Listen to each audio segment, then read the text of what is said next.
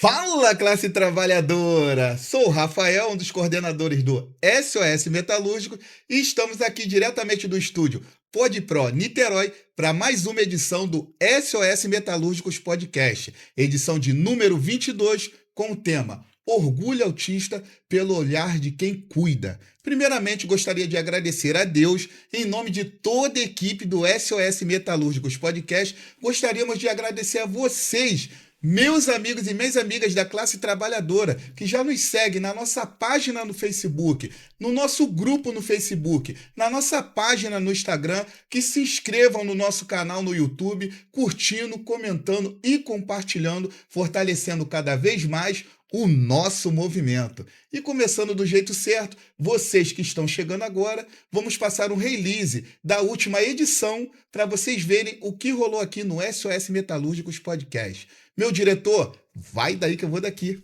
Na edição de número 21, com o tema Oportunidades Offshore, tivemos como convidada Luciana Fernandes, responsável da página Luciana Profissionalmente, uma grande mentora de carreira. Então, vocês que pediram, nós realizamos o desejo de vocês de falar sobre o mundo offshore, o setor offshore. Então, vocês que não assistiram, por favor, assistam. Edição de número 21, com Luciana Fernandes, com o tema Oportunidades Offshore. Minha amiga, seja muito bem-vinda, muito feliz de estar com você aqui. Suas considerações iniciais. Sempre uma honra, né, estar aqui. Cheguei, classe trabalhadora, com o pé direito, tá? Sempre. E hoje, para a gente falar de um assunto que é muito importante e que causa muita curiosidade. Como você falou, orgulho autista por um olhar de quem cuida. Exatamente. No mês de junho é comemorado o Orgulho Autista. E hoje vamos fazer pelo olhar de quem cuida. Mas vamos passar para vocês aqui um pouco do que é o Orgulho Autista. Dia 18 de junho, Orgulho Autista, a data foi criada em 2005 pela organização Aspin for Freedom, para promover aceitação, respeito e valorização da neurodiversidade. Ser autista não é um limite, é uma forma única de ver, sentir e interagir com o mundo. O Orgulho Autista celebra a diversidade, promove o respeito e reforça a importância da inclusão, da aceitação, da valorização de diferenças. Autismo não é algo para esconder, é uma identidade para respeitar e compreender. Perfeito. E hoje com duas convidadas potentes e poderosas. E eu tô aqui com elas animadas, né? Que eu tenho certeza que hoje vocês têm uma missão. Gente, você não tem noção. Então, eu vou apresentar para vocês. Começando pela minha Isabelle Simão, que é educadora, ativista, militante, mãe atípica do Beni, não é isso? Graduanda e pós-graduanda em educação especial, pós-graduanda em transtorno do espectro autista, com ênfase em aba, assistente social, conselheira da saúde local e fundadora, se eu errar, você me corrige, tá? Da AMES Apoio. Atualmente atua na Casa Girassol e Casa Atípica e voluntária do projeto Transforma Arte. Perfeito. Seja muito bem-vinda, suas considerações iniciais. Muito obrigada. É um prazer muito grande estar aqui para falar de um assunto muito importante para a gente, que é o orgulho autista. Como mãe, como cuidadora, a gente fica sempre muito alegre quando a gente vê que as portas se abrem para a gente vir trazer um pouco da nossa realidade, que é uma realidade difícil, mas é uma realidade possível e a gente consegue ser feliz assim dentro da nossa realidade. Então, a gente está muito feliz de estar participando, né, com vocês aqui hoje. Estou muito feliz que a Andressa está aqui também. E é isso, gente, que a gente tem uma partilha, uma troca maravilhosa essa noite. É uma honra, né? E agora falando um pouquinho sobre Andressa, que tem um nome difícil, que é um nome Hernanz. Acho que é isso, né, Andressa? É psicóloga há 19 anos, mãe de um adolescente autista, o Augusto, que está aqui, que tem 14 anos, e uma voz ativa nesta causa. Tem um projeto muito lindo que ela realiza diversas palestras, workshops, roda de conversas, oficinas, sempre apoiando mulheres, mães e famílias. Além disso, sua trajetória profissional foi transformada pela maternidade atípica, ampliando o seu olhar para os desafios das pessoas neurodivergentes e suas famílias. Membro do Lions Clube Niterói Fonseca, organização internacional voltada para ações humanitárias, e voluntária e coautora de diversos livros e publicações. E o seu livro mais recente é conhecido como Saúde Emocional nas Famílias. E, claro, sempre acreditando que quando uma mulher e uma mãe se fortalece, toda a família se fortalece e transforma. Seja muito bem-vinda. Gratidão, gente, pelo convite. É uma alegria estar aqui com vocês hoje falando sobre esse tema que não é só conhecimento teórico, é conhecimento de vida, né? Vivo todo dia o autismo, meu filho é autista, então que bom a gente poder estar falando do orgulho autista, sobre a visão do cuidador, que abrange tantas coisas para a gente conversar, e vai dar tempo, né, da gente conversar tudo. A gente espera que dê, se não der, fica para outra oportunidade concluir, né? Vai dar tempo, não vai dar tempo, vai dar tempo. Então, assim, gratidão pelo convite, por essa oportunidade de estar falando, né, levando informação para quem não conhece sobre o tema, e para quem quer conhecer um pouco mais dessa realidade nossa, né? No nosso caso, nós somos as mães que cuidamos, mas tem tantos outros cuidadores, né? Que estão aí, pais, avós, enfim. É isso, gratidão pelo convite e eu estou extremamente alegre de estar aqui com vocês. Sejam muito bem-vindas. Mari, por favor, fique à vontade. Eu não sei quem vai começar respondendo, mas eu tenho uma perguntinha aí interessante para quem está em casa. O que significa para vocês a palavra orgulho autista? Quem começa? Andressa? Pode ser, vamos lá então. Bem, eu acho que o orgulho autista é o orgulho de quem você é. Porque a gente não consegue arrancar o autismo do autista, porque é uma condição dele. Ele já nasce autista. Então, num mundo onde a gente quer que todo mundo seja igual, num mundo capacitista, é preciso se ter orgulho de quem se é. É preciso olhar para essa pessoa sem olhar para o diagnóstico, olhar para o ser humano. Então, quando a gente olha para esse ser humano, quantas potencialidades eles não têm? Muitas. Então, é extremamente importante a gente falar do Dia do Orgulho Autista para eles terem orgulho de quem eles são. Para mim é isso. A gente já começou potente. Potente demais, eu tô muito emocionado aqui. Eu tô vendo, tô olhando para Rafael aqui, Rafael tá emocionado tô mesmo. Muito emocionado. Com as grandes especialistas que eu aprendi com elas, são os maiores especialistas. Esse tema é muito importante porque o orgulho autista é sobre o olhar de quem cuida. Então a gente acredita que eu aprendi com elas nessa caminhada. Sobre os maiores especialistas são os pais, os avós, as pessoas que realmente cuidam do autista, seja ele adulto, criança, adolescente. Não só a gente aqui está falando sobre autista, mas qualquer pessoa neurodivergente. Minha amiga Isa, por favor. Em relação assim, ao orgulho, eu gosto sempre primeiro falar que quando a gente fala em orgulho, a gente está se reportando aqui no caso ao orgulho autista, e eu gosto sempre de falar que a gente está falando de uma pessoa, né? Então, é pessoa autista. Então, antes dele ser o autista, ele é uma pessoa.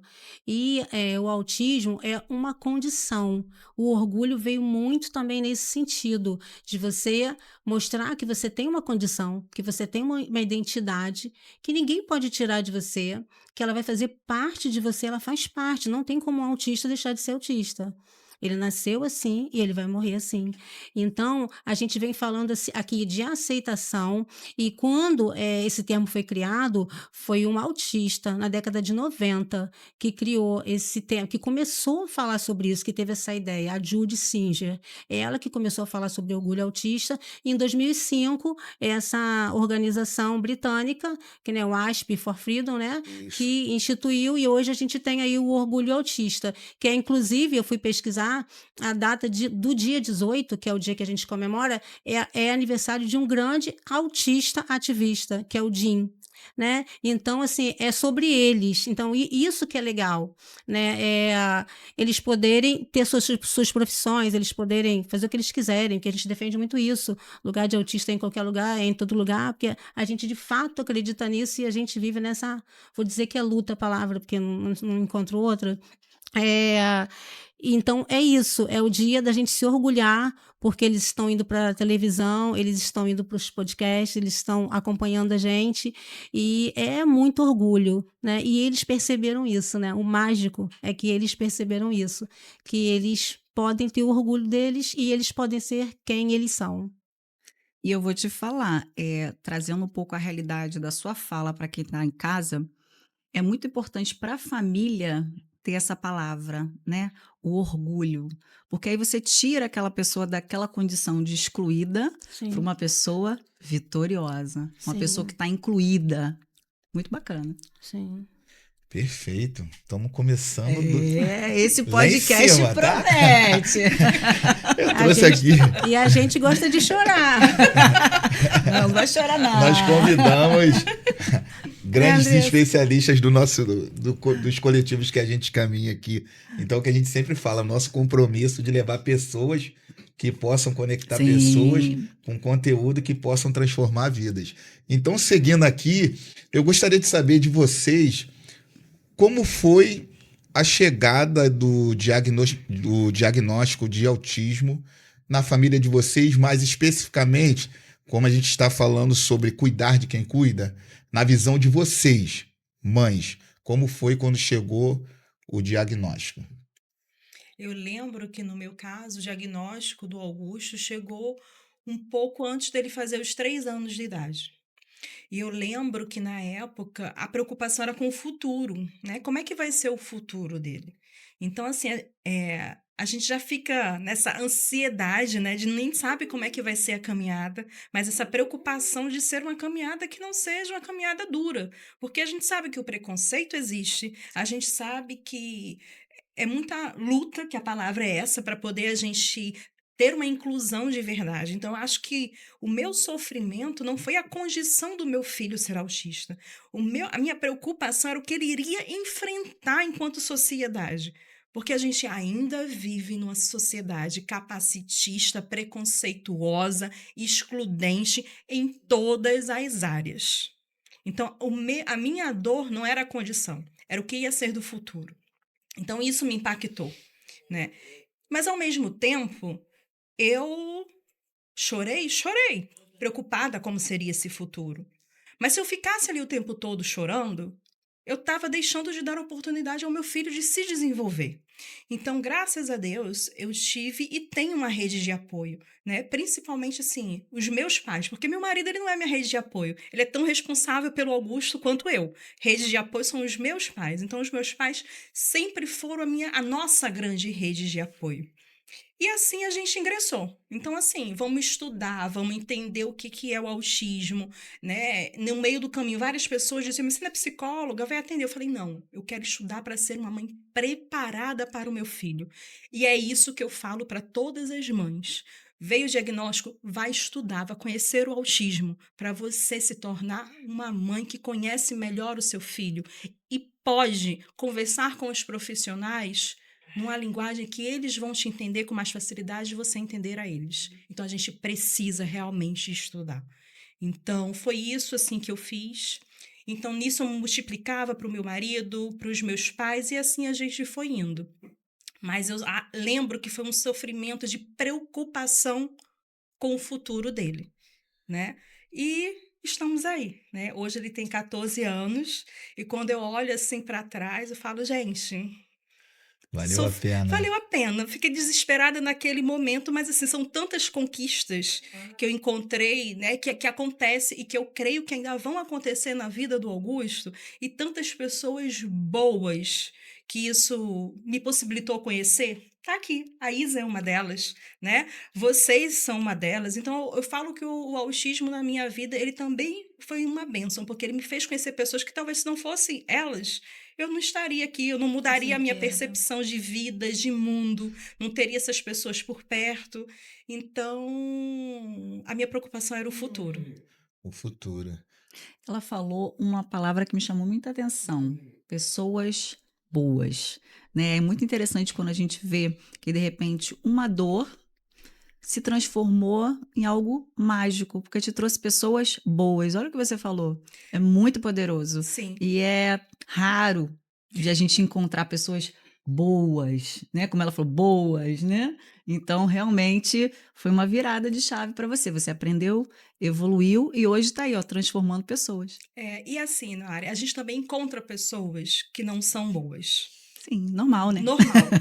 Mas eu não foco nelas, eu foco nos presentes Isso, que a minha vida me deu, que são essas pessoas perfeito. boas, que têm muito mais Sim. valor. Eu aprendi com as ruins, aprendi também, não foi só ruim, foi um processo de aprendizado meu enquanto ser humano. Mas eu acho que as boas superam qualquer adversidade. E ela fala com sorriso, você percebeu? É, Pessoas é, boas. é isso.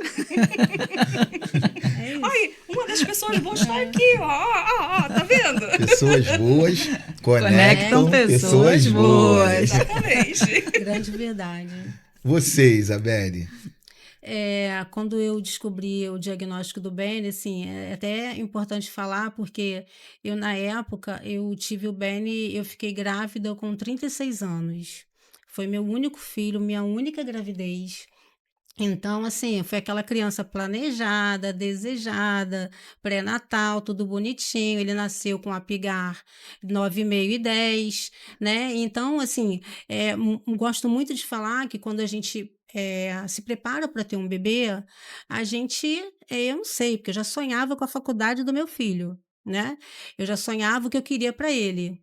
E, de repente, quando ele veio, na época eu trabalhava, né, que foi depois até eu vou falar um pouco sobre isso, eu trabalhava numa empresa há muitos anos, eu tinha uma amiga fono, então já tinha lista das palavras que ele tinha que falar, aí eu vi que ele estava falando menos do que ele teria que falar, né, um marco, que é uma coisa que para quem está em casa tem que observar, tem até na caderneta de vacinação. Os marcos do desenvolvimento. É a primeira coisa. Começou a sair do marco, você já tem que ficar atenta, né? Porque tem muito assim, demorou a falar, como na minha família, todo mundo demora a falar, porque todo mundo tinha que ter ido pro fono, né? Porque não pode, tem um marco, né? Tem lá com 1 ano e 2 meses fala tal, com 1 ano e 6 meses fala tal.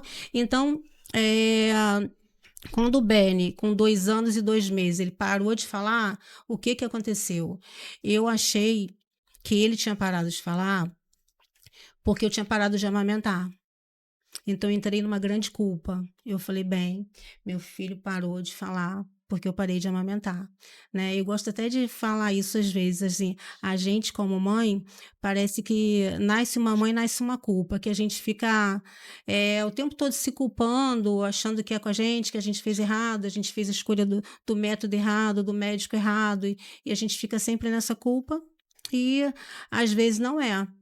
E eu não percebi no Benny os sinais do autismo clássico. Ele não tinha pontinha de pé, ele não fazia flap, aqueles flapzinhos de mão, não tinha. Ele apenas não falava, mas aí depois dos 2 anos, aí a gente acredita que é uma poda neural, que todos nós temos essa poda neural, 3 ou 4 durante a vida, e eu acredito que nessa poda neural ele perdeu muitas funções, e aí ele parou de falar, né? E aí eu fiquei 1 ano e 5 meses sem ouvir a voz do meu filho. Acho que foi assim uma das fases mais difíceis, né? Eu fiquei sem ouvir a voz dele 1 ano e 5 meses. Aí o que que eu fiz? Não tá falando, não tem nome o que ele tem, eu vou colocar na fono. Não tá falando, vai pra fono. Ele começou a fazer fono 2 vezes por semana, né? E aí começou, ouve, não ouve, e faz exame aqui, faz exame ali. Aí eu sabia que ele ouvia, mas enfim. Aí começa uma luta que as pessoas que estão de fora não sabem, né? Vai fazer bera, vai fazer audiometria, e começa a fazer exame, começa a fazer exame.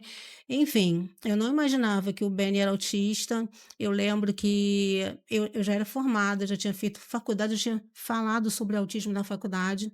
Gente, eu vou rapidinho, porque senão essa história é longa.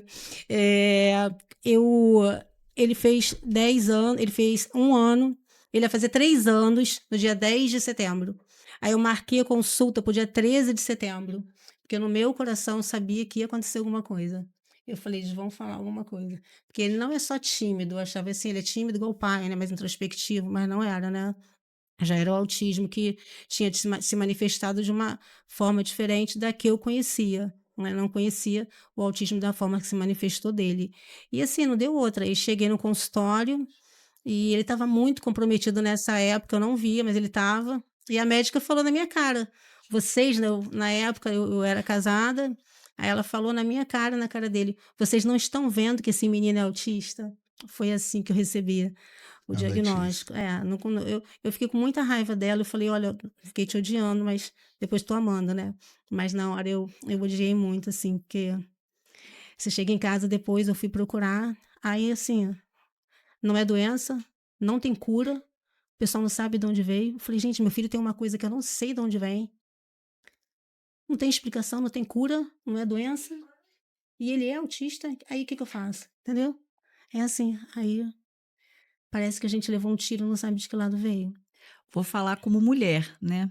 Você falou uma palavrinha que me chamou muita atenção, culpa. Sim, Nós mulheres já temos, acho que isso no sim. DNA, né? É, Isso, parece que é histórico, Essa né. palavrinha culpa, acho que É, vem assim, juntinho, né? é, Então, é. imagino quando vem uma maternidade atípica e várias interrogações. Então, essa muitas. culpa, acho que ela potencializa muito. Então, assim, me coloco no seu lugar e acredito que quem está nos assistindo também, principalmente se for mulher, vai entender a sua fala, Sim, né? sim, E aí, depois, com o tempo, com certeza você conseguiu clarear esse pensamento sim, e entender a sua missão. sim, sim, é isso. Perfeito. Meu diretor, vamos falar também sobre os nossos patrocinadores que nos apoiam bastante. Sem eles também, nós não estaríamos aqui.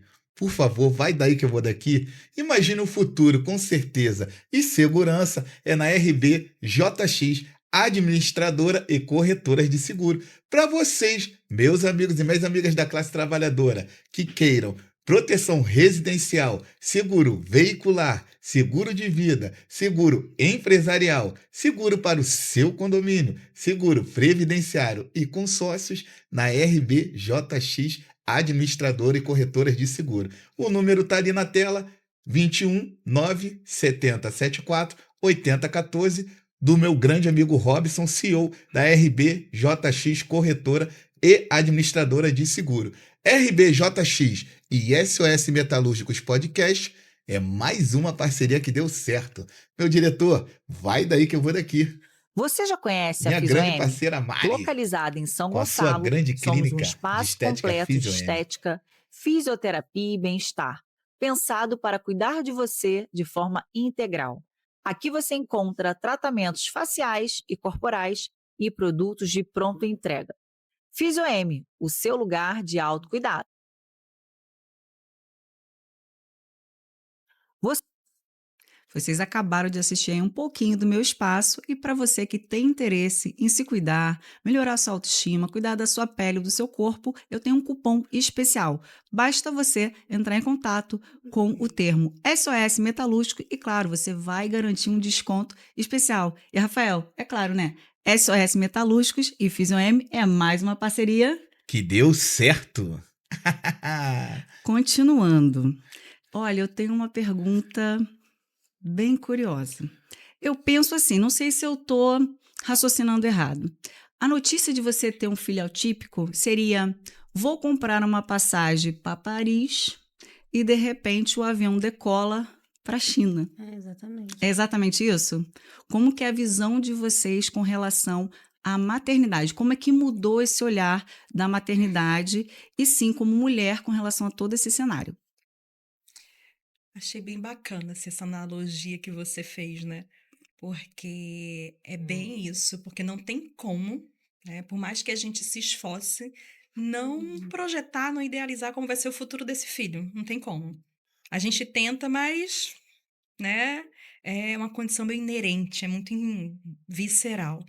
E aí, quando vem o diagnóstico, a gente parece que planeja um pouco, sem querer planejar, quando ele fizer tal idade, como é que vai ser, se ele fizer um vestibular, e a coisa, né? Não é que ela não aconteça, mas não acontece como a gente planejou. Bem, para mim, hoje, olhando, né, nessa estrada aí que eu tô já há mais de 10 anos, eu senti que eu foquei tanto no meu filho. Eu não me arrependo de nada do que eu fiz. Se tivesse que voltar atrás, eu faria exatamente a mesma coisa. Eu foquei muito nele, porque eu percebia que estimular, trabalhar o desenvolvimento dele, era ter um prognóstico de futuro com mais autonomia, com mais liberdade. Então, tudo que estava dentro da minha realidade e das minhas possibilidades, eu fui fazer. O meu foco era ele. E com isso, eu não soube dosar. Normal, acontece com muitas mães. E eu me perdi de mim mesma. E fui viver somente ele, né? Parei realmente um tempo de trabalhar por escolha e pude fazer essa escolha. Entendo que tem mães que não vão conseguir fazer essa escolha. Eu consegui junto com meu marido, parei, vou focar nele. E foquei tanto nele, me perdi realmente de mim, porque eu via que eu tinha que fazer aquilo por ele. Não que ele me pedia, mas essa ansiedade, esse desejo de ver ele com tudo que eu podia dar, possibilidade de se desenvolver, possibilidade de crescer. E assim eu fiz. Até que chegou um ponto onde eu falei, onde eu estou enquanto mulher nessa história? Eu tô só com a roupa de mãe. E eu comecei a sentir falta daquela mulher. Mas aquela mulher também, ela não existia mais. E aí eu fui olhar para mim. E aí eu fui mergulhar em mim dentro do que eu podia, das minhas possibilidades de me resgatar. E aí, assim, voltei, né, a trabalhar, voltei a me olhar, a dizer, nossa, eu tô saindo muito largada, né? Deixa eu arrumar mais um pouquinho. Às vezes eu chegava na casa da minha mãe e ela dizia assim, minha filha, você tá muito desarrumada. Porque eu tava lá com chinela havaiana, bermuda, e eu fiquei sentindo que eu precisava olhar para mim. Então eu comecei a me arrumar, a cuidar um pouco mais de mim, a me permitir tomar aquele banho mais demorado, sem culpa, a passar aquele hidratante, a lembrar que eu tinha que comprar batom, porque o batom que tinha já estava lá vencido, né, com aquele cheirinho já que nem, né? Só quando ia para uma festa. Então, eu comecei a me resgatar. E aí eu consegui encontrar não aquela Andressa que se perdeu, uma outra que nasceu nesse meio do caminho. E eu costumo dizer que hoje eu tento não me perder mais de vista. E eu gostaria de dizer para as mães que estão assistindo que se você se perdeu, existe um caminho de volta. E não se culpe por isso, porque isso não acontece só com você. Aconteceu comigo e com tantas outras mães. O importante é você se resgatar e voltar. Como? Aí é uma resposta que cada um só encontra dentro de si mesmo. E aí eu fiz esse mergulho e me vi tendo forças para falar sobre autismo fora da minha casa, né? Encontrei pessoas que me identifico, Isa, Manu, Lilian, o Paulo, que a gente sai para o mundo para falar sobre autismo. Mas eu acho que eu precisei também me perder para poder me encontrar mais fortalecida, com mais garra, de não só lutar pelo meu filho, mas lutar por uma sociedade mais inclusiva. Então, acho que foi até um processo que eu me descobri com potencialidades que aquela versão da Andressa não sabia que tinha. Então, acho que foi uma jornada mesmo de autoconhecimento para mim, de me perder e de me achar. Mãe já é leoa por si só, né? Agora a mãe de uma criança atípica é leoa o quê? 3 vezes? Nem sei te dizer, sabe, Mari? Nem sei te dizer quantas vezes. Acho que quantas vezes for necessário. Acho que é isso. Eu passei por um processo assim, semelhante ao da Andressa, porque depois que ele fez todos os exames, né, e não deu nada, porque não dá nada nos exames. Aí eu descobri alguém me falou de uma médica que tinha um programa no Antônio Pedro, uma pesquisa. Aí eu coloquei meu filho durante 4 anos numa pesquisa no Hospital Antônio Pedro.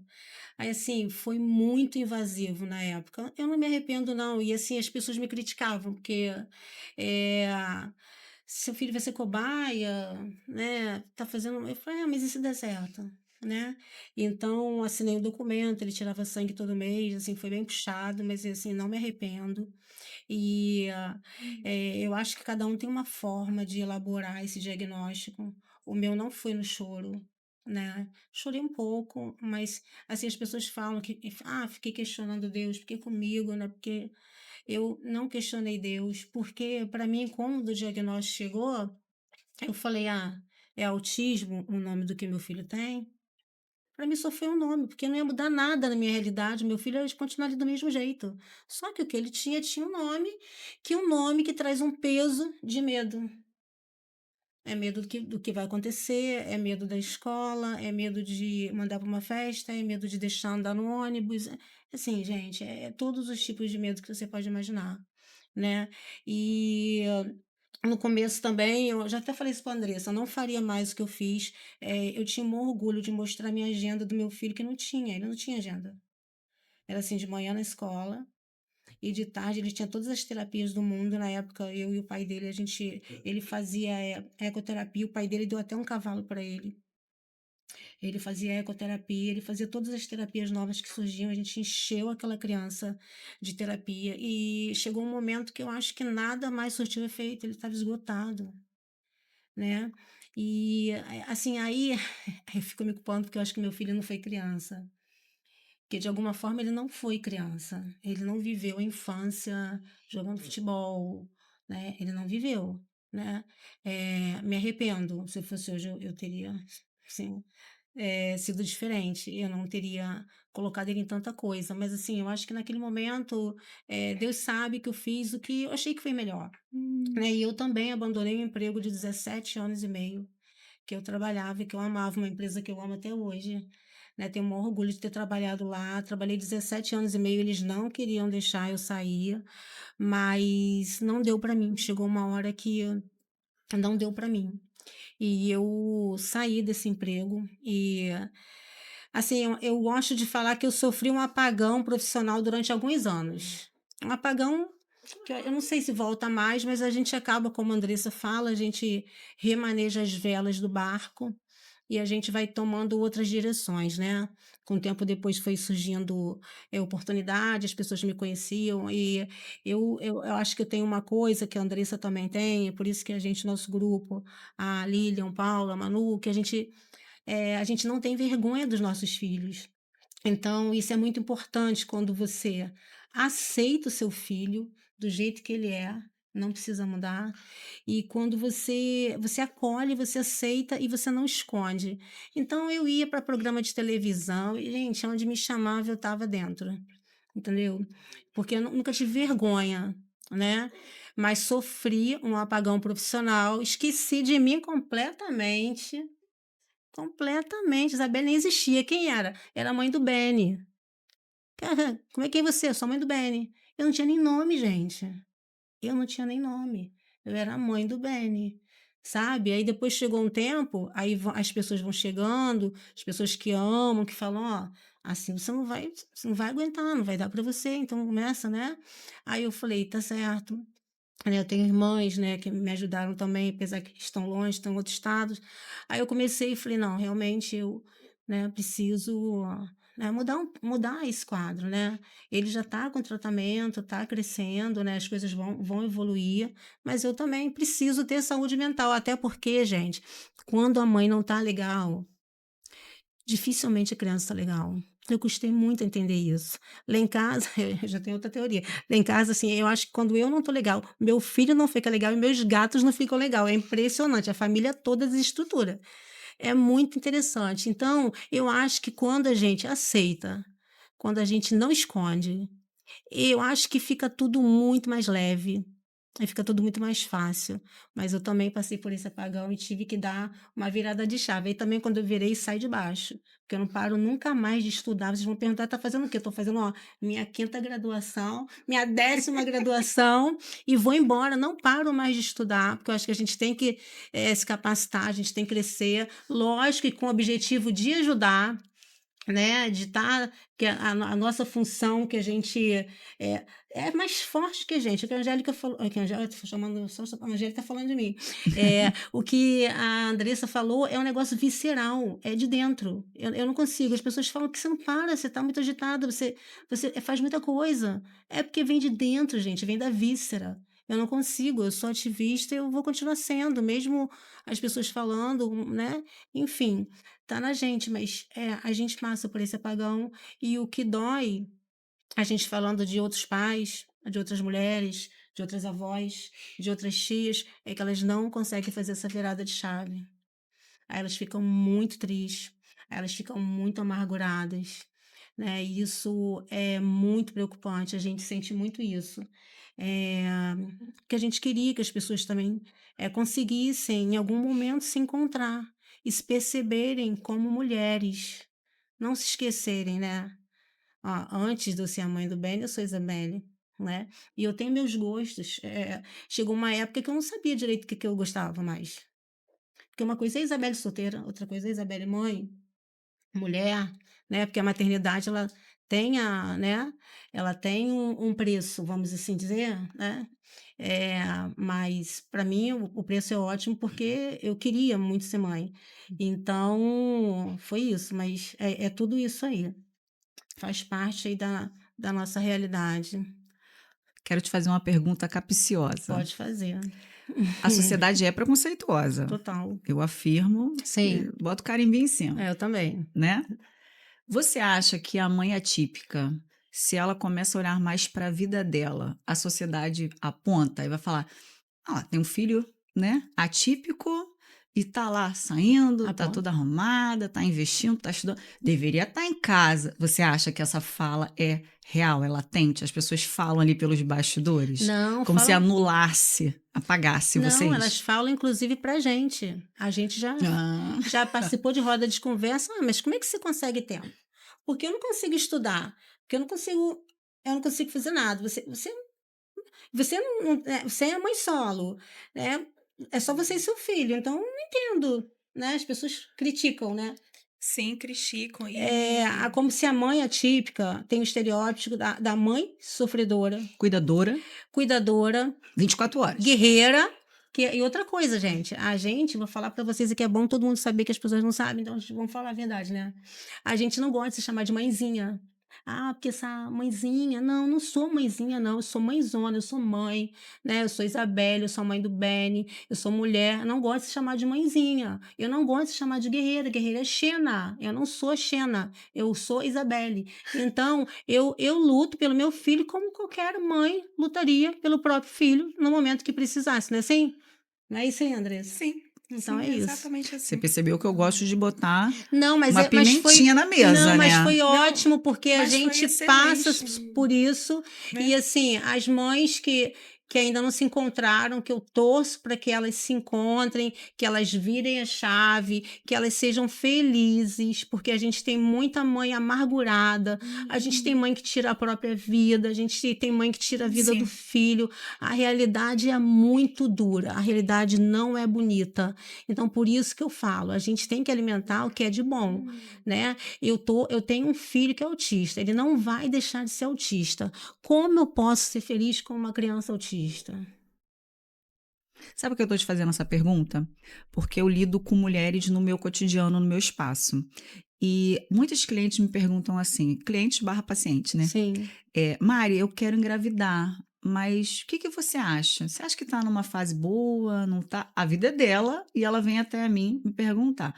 Olha, isso é uma coisa pessoal sua, mas se eu pudesse te dar um conselho, eu sempre tive uma visão, não sei se é uma visão errada, eu sempre quis ser mãe por mim, pela maternidade. Sim. Por que eu estou falando isso? Porque eu fui muito nova, criada num ambiente, né, da fisioterapia. Então, você vê diversos tipos de síndrome, crianças com doenças raras. Você sabe que pode vir. Então, você sabe que a maternidade ela pode vir de diversas formas para você. Por isso que eu fiz a analogia do avião. Então, eu sempre tive isso muito claro na minha mente. Eu quero ser mãe porque eu desejo a maternidade. Mas como essa maternidade vai vir? Eu não sei. E eu tenho que estar preparada psicologicamente, ou pelo menos eu ter uma ideia do que a vida pode me proporcionar. Porque senão você se torna uma pessoa amargurada, frustrada, rancorosa, projetando tudo aquilo para aquela criança, porque você não teve uma decisão pela maternidade. Você quer ter um filho ou você quer um boneco? Você quer ter um filho ou você quer ter uma criança para expor? E se aquela criança não for exatamente da forma ou aquela família não desenrolar daquele jeito? Exatamente. Como que você vai Que reagir? foi o que aconteceu com a gente, né, Exatamente. Então eu trago essa É. consciência para as minhas A gente pacientes, até entendeu? fala que tem muitas mães falam, né, que tem o luto do filho perfeito na psicologia, né? Sim. Porque você idealiza. Eu nem Sim, é do gosto humano, muito né? de usar Sim. essa fala, mas assim, eu jamais imaginei que eu teria um autista, mas para mim, entendeu? Não, foi, foi, foi difícil pelo que a Andressa falou, pelo medo do mundo. Não porque meu filho é autista. Não tem problema nenhum do meu filho ser autista. Meu filho, inclusive, acha que ele é o melhor do planeta porque ele é autista. Entendeu? Mas pelo medo do mundo que eu sei que não tá pros fracos, né? Eu acho que Essa é a questão. até a gente vive numa sociedade que às vezes romantiza as coisas, É. né? Muito. E Isso, tipo assim, isso. ai, vamos ter um filho que E eu acho que quando você traz isso, você traz. Não é que você não possa ter o sonho de ser mãe. Se você tem, tudo bem. Tudo bem. Mas não olhe para isso só com os olhares do romantismo. É. Porque você pode engravidar e, quando nascer, ele ter alguma questão. E aí? Aí E vem a aí? realidade. E a rede E- de apoio que às vezes não tem? Que às vezes você Não não tem. tem. Então, quando você traz esse questionamento, acho que é muito pertinente, porque faz a gente ser responsável pela nossa maternidade também. Porque muitas vezes as pessoas culpam, né? Tô falando isso em função do que a gente ouve, né? Quem é a culpa de eu estar assim? É minha culpa porque eu comi, porque eu bebi, porque eu saí? É um castigo feito a gente ver as pessoas falando que é um... Não. Se você quer ser mãe, esteja aberta, porque pode vir uma pessoa típica e pode vir um ser humano atípico. Você está aberta A vida? para a vida da maternidade ou você está escolhendo que tipo de maternidade você vai ter antes de engravidar? Eu sempre tive esse olhar porque dentro da minha graduação isso sempre foi pauta. Muita Ah, sim. pauta. Essa A fisioterapia área da traz fisioterapia, muito. E a gente tinha muita vivência, né? Com os professores trazendo muito esse olhar. Então, na hora de eu desejar a maternidade, peraí, eu estou preparada para essa maternidade, Você já tá independente pensando, do que a vida me Sim. proporcionar. Então, tem que ter essa Exatamente. consciência, o que você Sim. falou, traz a responsabilidade para aquela mãezinha. Nesse caso, vai ser a mãezinha, né? Isso. Para essa mãe, para Isso. essa mulher Isso. e também para essa família. Lá no Isso. meu espaço, eu tive um caso que me chamou muita atenção. Eu tenho uma escuta muito ativa, sabe? Uma mãe que ela não tinha o desejo da maternidade naquele momento e ela engravidou sem planejamento. E o que aconteceu? Quando a criança nasceu, autista. E qual foi o segundo acontecimento? O marido abandonou. Porque ele falou que ele não queria um filho autista. Muito comum. Então, o que que ele fez? Ele simplesmente falou: fica com a maternidade que eu tô indo embora. Fica com seu filho. Fica com seu filho. Foi exatamente isso. E eu fiquei, assim, muito chocada com a fala dela. Isso atendendo, tá? Uhum. Na maca, ali nos procedimentos, eu escuto muita coisa. E eu fiquei, assim, muito chocada e conversei muito com ela. E, assim, foi um grande ensinamento. Então, é uma realidade, não é? Sim, é um Sim, grande é uma quadro, realidade. né? É um Eu acho grande que isso que a quadro. gente fala da responsabilidade, a gente fala muito da mulher porque é ela quem gesta, a barriga que cresce, né? Mas essa responsabilidade também é do homem, dessa paternidade. Né? Projetou nela a culpa e tirou total responsabilidade dele Sim, e agora sim. se vira. Sim, Se vira. exatamente. E, infelizmente, Mari, é o que a gente mais ouve. É mesmo? Homens que abandonam a família, né? O filho. Porque, ok, às vezes você casou e acontecem coisas e você se separa, cada um vai viver seu mundo, sua vida. Mas não existe ex-pai e ex-mãe.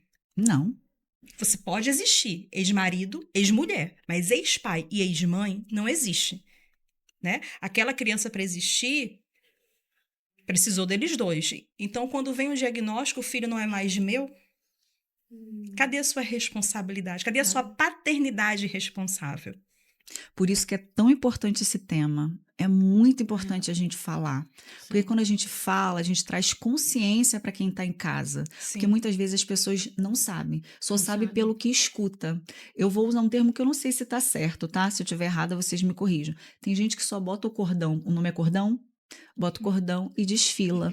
Mas não veste a camisa realmente ali. Não, Então não. é muito importante a fala de vocês.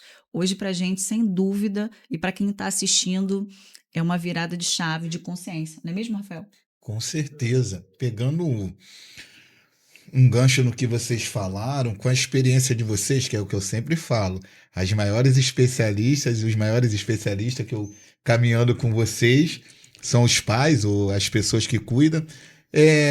O que vocês podem dizer para quem cuida, no modo geral, seja pai, seja mãe, avô, tio, tia, como ter esse equilíbrio entre cuidar do jovem, da criança autista e o autocuidado de si mesma, sendo pai, sendo mãe, ter o avô, quem for cuidar, ter esse equilíbrio. Como fazer para poder ter esse equilíbrio?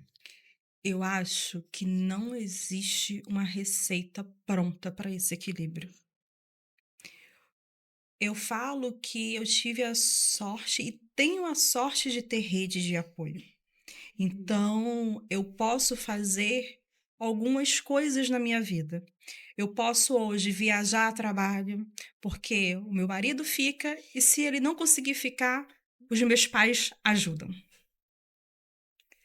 Mas eu sei que essa minha realidade não é a realidade de todas as pessoas que cuidam de um autista.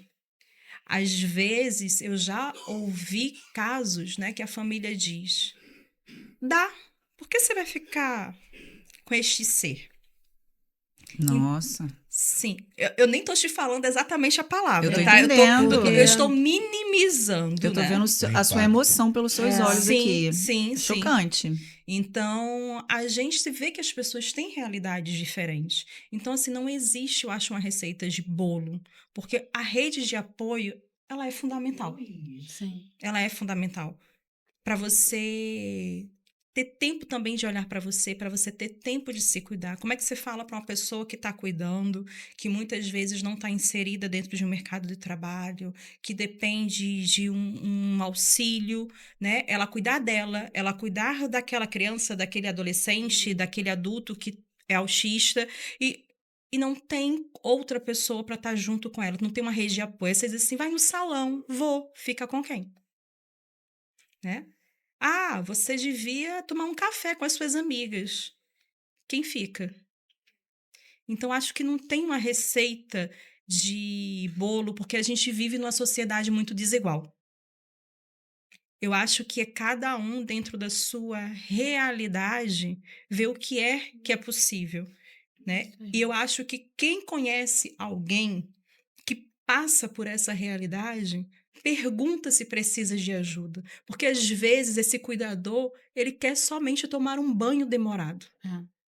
Ele quer poder ouvir uma música, ele quer poder tomar um café. Então, se ofereça para ficar por alguns instantes. Porque, muitas vezes, é simples, é pouco, mas faz extrema diferença no cotidiano, no dia a dia.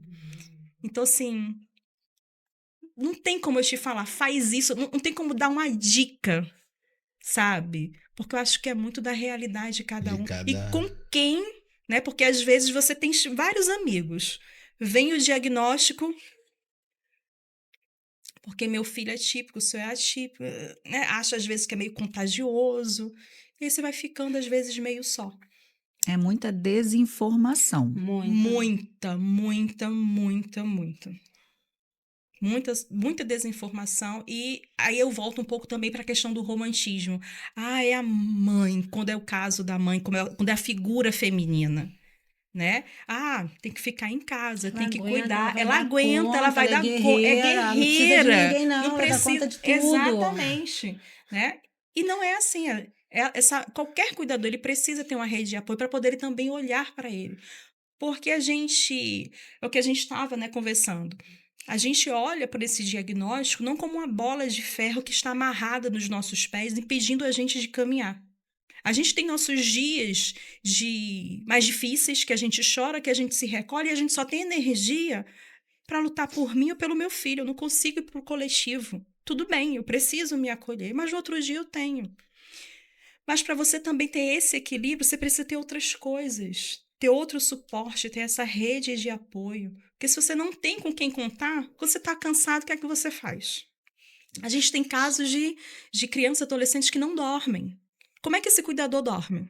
Também não dorme. E o corpo é completamente diferente um do outro. Um vai cansar de uma forma, mas o cuidador, ele tem o corpo, né, digamos assim, típico. Ele vai sentir isso de uma outra forma. E como é que ele tem energia no outro dia para cuidar? E como é que ele também, às vezes, tem energia, às vezes, nem de lutar. Porque tá tão cansado emocional e fisicamente que ele vai se diluindo e ficando amargurado, invisível, sabe? Então, acho que a gente tem vários cenários para poder a gente olhar. E não tem como a gente juntar tudo isso e colocar dentro de... ser os mesmos ingredientes desse bolo, que esse bolo não vai funcionar. Para cada família, para cada cuidador, Sim. uma história. Uma história, exatamente isso. Perfeito. Mari? A minha próxima pergunta seria mais ou menos o que vocês já falaram. Então, aproveitando um pouco a deixa, você falou do olhar do coletivo. Eu sei que os pais, com certeza, pais, cuidadores, quem cuida, né, enfrenta grandes dificuldades. Mas uma coisa é você dentro da sua casa. Outra coisa é você no coletivo, como você falou, na sociedade. E qual é a grande dificuldade? Porque uma coisa é você entender todo, né, o cenário da sua rotina e da sua vida. E as pessoas de fora, que muitas vezes nem conhecem, não têm informação, como que elas reagem? Qual é o olhar de vocês sobre isso? Quer responder?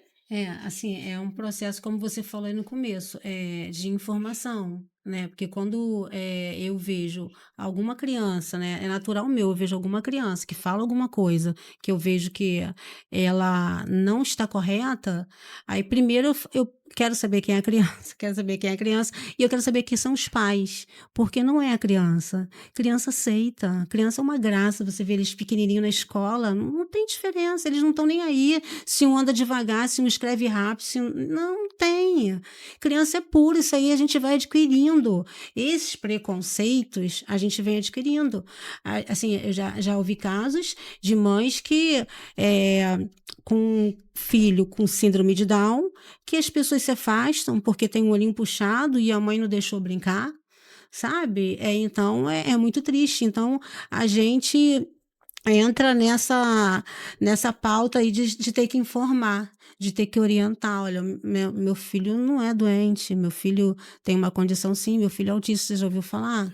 Né? E a gente é de um perfil que você trabalha onde? Você quer que a gente vá lá na sua empresa? A gente trabalha, a gente vai, a gente não cobra, a gente vai voluntariamente, né? E a gente vem fazendo esse papel, porque realmente é individual e é desafiador, né? Não tem a menor receita de bolo, até porque a gente vive num Brasil que é totalmente desigual, que a gente sabe que a gente tem muitas legislações que protegem os nossos filhos, mas elas não são cumpridas. E a gente é duro a gente ter a consciência de que eles têm direitos e que esses direitos não são respeitados. Eu tenho até uma blusa, o dia que eu tô mais da encrenca eu coloco. Não é favor, é direito, porque é direito. Eu tenho a Constituição Federal, eu tenho a Lei Brasileira de Inclusão, nós temos a Lei Berenice Piana, que é a Lei 12.764 de 2012, se alguém quiser lá olhar, onde o autista, ele é uma pessoa com deficiência, por lei o autista, ele é uma pessoa com deficiência. Então, a gente tem muitas leis, a gente tem a Constituição Federal, que acho que é a mais bonita do mundo, a nossa Constituição, só que a gente não tem isso na prática. E a gente tem que ganhar força, respirar, estar com os nossos pares, que é muito importante, né? Esses dias mesmo eu estava desabando, a Andressa que me deu a mão, né? Tem dia que eu estou desabando, é Manu que me dá a mão. Tem dia que eu estou explodindo, né? Porque eu sou sagitariana, tem hora que o sangue ferve, eu tenho vontade de pular no pescoço de um, porque é a minha vontade, né, Andressa? E a minha cara não nega, e aí a Líria, não, calma, entendeu? E a gente vai assim, porque é muita desinformação, é muito preconceito, assim, na verdade, são muitas camadas sociais, né? E o nosso sonho, né, o meu, da Andressa, né, falo isso porque tenho intimidade com ela, é só que os nossos filhos sejam aceitos. Gente, será que é tão difícil isso, né? É tão difícil você aceitar um ser humano, né, que não vai te fazer nada, ele só tem um jeitinho dele, mas não vai te fazer nada, não vai, né? Então é isso, mas o processo é diferente. Até por conta, a gente tem condição de estudar, a gente também gosta de estudar, a gente gosta de estar, a gente reclama, mas daqui a pouco tem um evento, a gente já está em evento, agora a gente já está em evento em outubro lá, né? A gente já tem evento até outubro. E só que tem mães que não têm acesso. E isso é histórico, né? Agora, falando como assistente social, é histórico. E eu respeito muitas vezes. Tem mães que a gente vai conversar, a mãe não tem nem o ensino fundamental, né? Aí como que a gente orienta essa família? Né? Como que eu falo? É o que eu sempre falo assim, você não tem dinheiro, você não pode pagar social, você vai pelo SUS, você entra na regulação, você vai para as faculdades todas têm psicologia. Aí eu mando, eu direciono. Primeira coisa, cuidar da sua saúde mental, porque a gente precisa estar com a saúde mental legal, até para a gente não brigar. Porque quando a gente briga, a gente também não consegue muita coisa. E a Sim.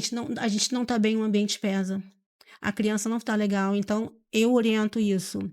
Vamos ao que a gente tem de público, vamos procurar tudo que for público, tudo que for com gratuidade, para a gente poder mudar. E essa mãe precisa, sim, de psicologia. Essa mãe precisa de psicologia. Né? E tem gente que tem preconceito com psicólogo, né? Enquanto eu amo, né? No largo do pé, inclusive. Mas tem gente que tem preconceito. E psiquiatra, médico de maluco. Gente, eu amo psiquiatra. Eu fico impressionada com quem fala que psiquiatra é médico de maluco. Porque eu amo psiquiatra. Desde os 19 anos já fui a primeira vez. Porque eu precisei, né? Naquela época nem sonhava em ser mãe, mas precisei, calcei a sandalinha da humildade e fui no psiquiatra e tomei a medicação durante um tempo e ficou tudo bem. Então, a gente precisa também falar. É por isso que a gente promove rodas de conversa, que são rodas de conversa das mães atípicas, é só choro. Tem umas que é só choro, porque às vezes a mãe só quer chorar, Se né? sentir acolhida Se num sentir ambiente acolhida, que se fala a sentir, mesma linguagem. é acolhida e é vista e saber que eu vou falar e não vou ser julgada. Porque se uma mãe diz que está cansada, que mãe é você? Mas antes de ser mãe, eu sou um ser humano e eu me canso. Isso, eu fiz um atendimento que a mãe falou para mim assim, sabe qual é o meu sonho? Era comer um sanduíche quente. Comer um sanduíche quente. Aí eu falei assim, isso aí eu posso te ajudar. E é isso, sanduíche quente, então a gente só marca, isso aí eu posso te ajudar. Eu fico seu filho, porque o que a gente faz? Até a gente fala isso nas empresas, quando a gente faz evento grande, para as famílias atípicas, a gente pede uma recreadora para os filhos, porque a gente tem 70% de mãe solo, né? 70%? 70%, se não é mais, tá? Se não é mais. E nos grupos, a gente tá em grupo de apoio. Sem brincadeira, eu ouço os relatos no grupo, eu não posso ficar contando aqui a vida das minhas amigas. Mas eu tenho vontade de saber quem é um cidadão. Assim, a minha vontade, entendeu? Aí eu fico orientando, ó, você vai por aqui, vai por aqui, vai por aqui. Porque, assim, gente, vocês não têm noção dos absurdos que a gente tem vó cuidando, porque os pais têm vergonha. Aí o avô, a avó, geralmente a avó, que leva para o hospital, já presenciei. O pai e a mãe não aceitam. E isso, o que que acontece? Autismo não tem camada social, ele é democrático. Então, ele vem lá naquela criança do território muito humilde, que a mãe não tem nada, vive de Bolsa Família, e ele vai vir lá naquela família dos médicos. Ele é democrático. E aí, tem famílias que acham que é feio ter um autista, né? Que não sei se eles se acham desmerecidos, né, de ter uma criança autista. Então já via a voz, mas os pais não podem saber não, né? Escola particular, os pais não querem que fale que o filho é autista, como se a gente não fosse ver, né? Tem umas coisas assim. Mas, enfim, a gente precisa se cuidar, ter amigos que você pode abrir seu coração, sem que você não seja julgada, né? Sem julgamento. Né? A gente sempre fala isso para as pessoas quando elas entram nos grupos de apoio. Aqui você pode falar. Porque aqui ninguém vai te julgar. Eu quero hoje fazer não sei o quê, eu quero ir na rua, vá, entendeu? A gente entende que você hoje não está afim de nada, que você quer sair pela rua e andar até amanhã. A gente entende, é o sentimento que ela está sentindo. Então, a gente aprendeu a acolher, né? Eu acho que a maternidade atípica traz isso para a gente, da gente se humanizar, né? De se acolher como mulher. Eu falo muito isso também, a gente tem que ter sororidade. Sim. Né? Vamos nos apoiar, nós somos mulheres, então a gente sempre que faz roda de mães, a gente um fica com o filho da outra, não precisa nem falar, isso é bonito entre a gente. Não precisa nem falar, né? A Andressa viajou, falei, ó, se precisar, tô ali, pego o Augusto, levo o Augusto, tomo conta de todo mundo, arrumo confusão na escola, só me chamar. Que é isso? E a gente desenvolve isso, porque a gente sabe que onde dói, entendeu? Vocês. Perfeito. Vai falar? Vou falar, porque ninguém só é tão forte do que todos nós juntos. Sim. E falando de força, lembra um dos nossos patrocinadores, meu diretor? Vai daí que eu vou daqui, meu diretor.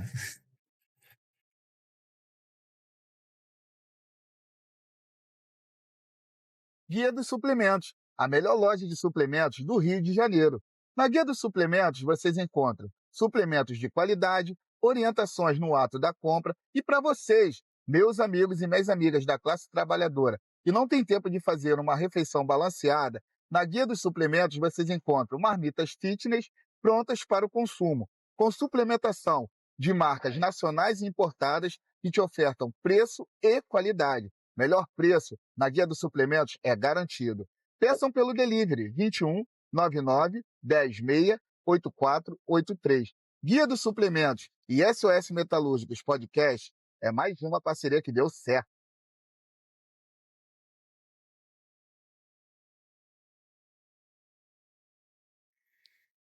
E é isso. Guia dos Suplementos e SOS Metalúrgicos Podcast é mais uma parceria, Mari. Que deu certo. Perfeito. Meu diretor, continuando daí, vamos conhecer um pouco do trabalho dessas grandes especialistas no nosso podcast de hoje, Orgulho Autista sobre o olhar de quem cuida. Então, eu vou começar falando, tá?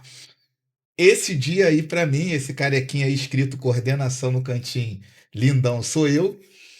E lá assistindo o que elas falam que são rodas de conversa, para mim é aula, palestra e workshop sobre o assunto, sobre as mães atípicas, sobre temas neurodivergentes. Então, para mim foi nessa roda de conversas que elas falam que literalmente tudo para mim e para os meus amigos do SOS Metalúrgicos, para a Mari agora também está entendendo e compreendendo sobre isso, mudou. O André, que é um dos coordenadores do SOS Metalúrgicos, me convidou, ele é amigo da Lilian Carvalho, que está ali a segunda da esquerda para a direita, de blusa verde, com a perna cruzada. Fez o convite para participar dessa roda de conversa e ali eu escutei a dor de cada mãe, de cada pai sentado ali, e aquilo dali me comoveu muito. Eu vou até falar um pouquinho, depois eu vou deixar elas falarem sobre esse dia. No caso ali, a Lívia é uma professora, né, que tem a especialização com crianças neurodivergentes no geral, autistas e outras neurodivergências. A Lilian, que é enfermeira e também tem um estudo de causa junto com o seu esposo, o Paulo, que não está ali, mas estava tomando conta do retroprojetor, som, tudo ali se preocupando. São da rede Pais Atípicos, Além do espectro. Pais Além do Além do Espectro, espectro. Pais Além do Espectro, tem a filha Alice, e ela falando que a filha dela, né, é nível de suporte 1 e as pessoas sempre querendo falar, né, que não é, e ela explicando sobre essas coisas. A Manu, que é mãe atípica também, e tem diretora da Casa Atípica, Sim. que é uma grande referência sobre as pessoas neurodivergentes aqui em Niterói, em outros municípios também, no estado do Rio de Janeiro. A dor que a Manu falou que o sonho dela era levar o seu filho, que é autista, e o filho que não é autista, junto no cinema. E eu pensava, eu posso levar meu filho no cinema a hora que eu quiser. Então, a dor de uma mãe ter dois filhos gêmeos e um ela levar no cinema e o outro ela não levar junto com o irmão.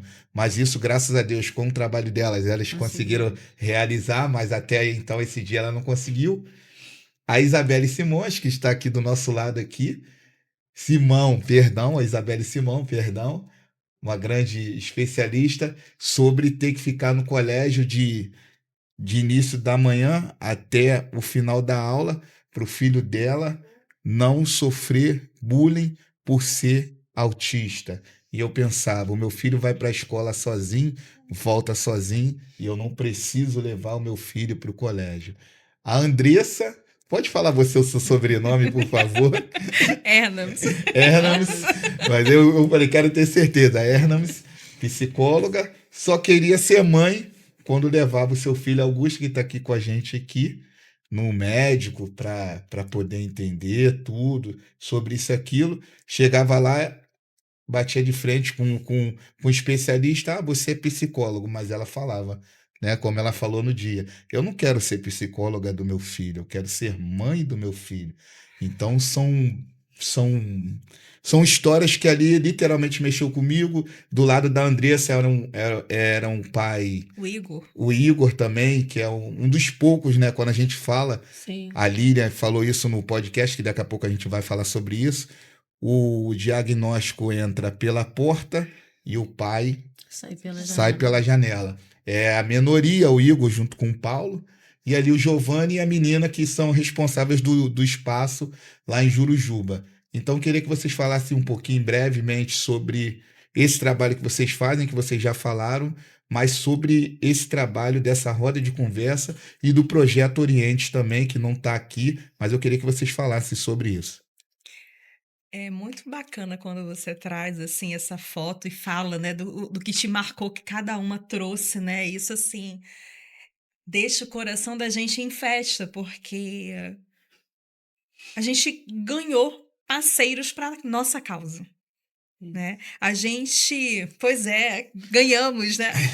Então, porque eu acho que o autismo, não sou só eu que sou mãe, que eu tenho direito de falar. Porque você que não vive o que eu vi, você também não pode ter empatia e também falar. Então, eu sou muito dessa visão. Então, nossa, como aquela fala que a gente foi ali simplesmente para compartilhar o que a gente sabia, como ela reverberou, né? E isso aí, essa imagem que você trouxe, acho que já deve ter o quê? Uns 2 anos? 2 anos. 2 anos. 2 anos. Então a gente às vezes não sabe, né, aquilo que a gente, do potencial, a gente faz Da aquilo tão de importância do trabalho de coração e a vocês. gente não percebe que frutos ele deu, né? E tá aqui, né? Transformou. Pois é, formou. E é muito bacana também que eu acho que aquela imagem reflete muito o início do Orientes. Sim. O início do Orientes, né? O Orientes, o projeto Orientes é uma junção, né, da Casa Típica com o AMES Apoio, com o Lions Niterói Fonseca, com Pais Além do Espectro, né? Esses 4 se uniram e formaram o Grupo Orientes, que é onde a gente se junta para fazer rodas de conversa, palestra, workshop, é aquela coisa assim, uma escola solicitou. Às vezes a escola tem a disponibilidade naquela data, pode ser que eu não tenha, mas a Isa tem, a Lilian tem, a Manu tem, então a gente vai. Então a gente, quando você traz isso, falo, gente, a gente vive fazendo evento e aquele dali foi o primeiro. Né? Eu acho que a logo do Oriente só surgiu depois daquele evento. A gente tem um último evento lá, porque a gente fez em 3 encontros. Isso. Foi uma capacitação com os funcionários lá do CEL.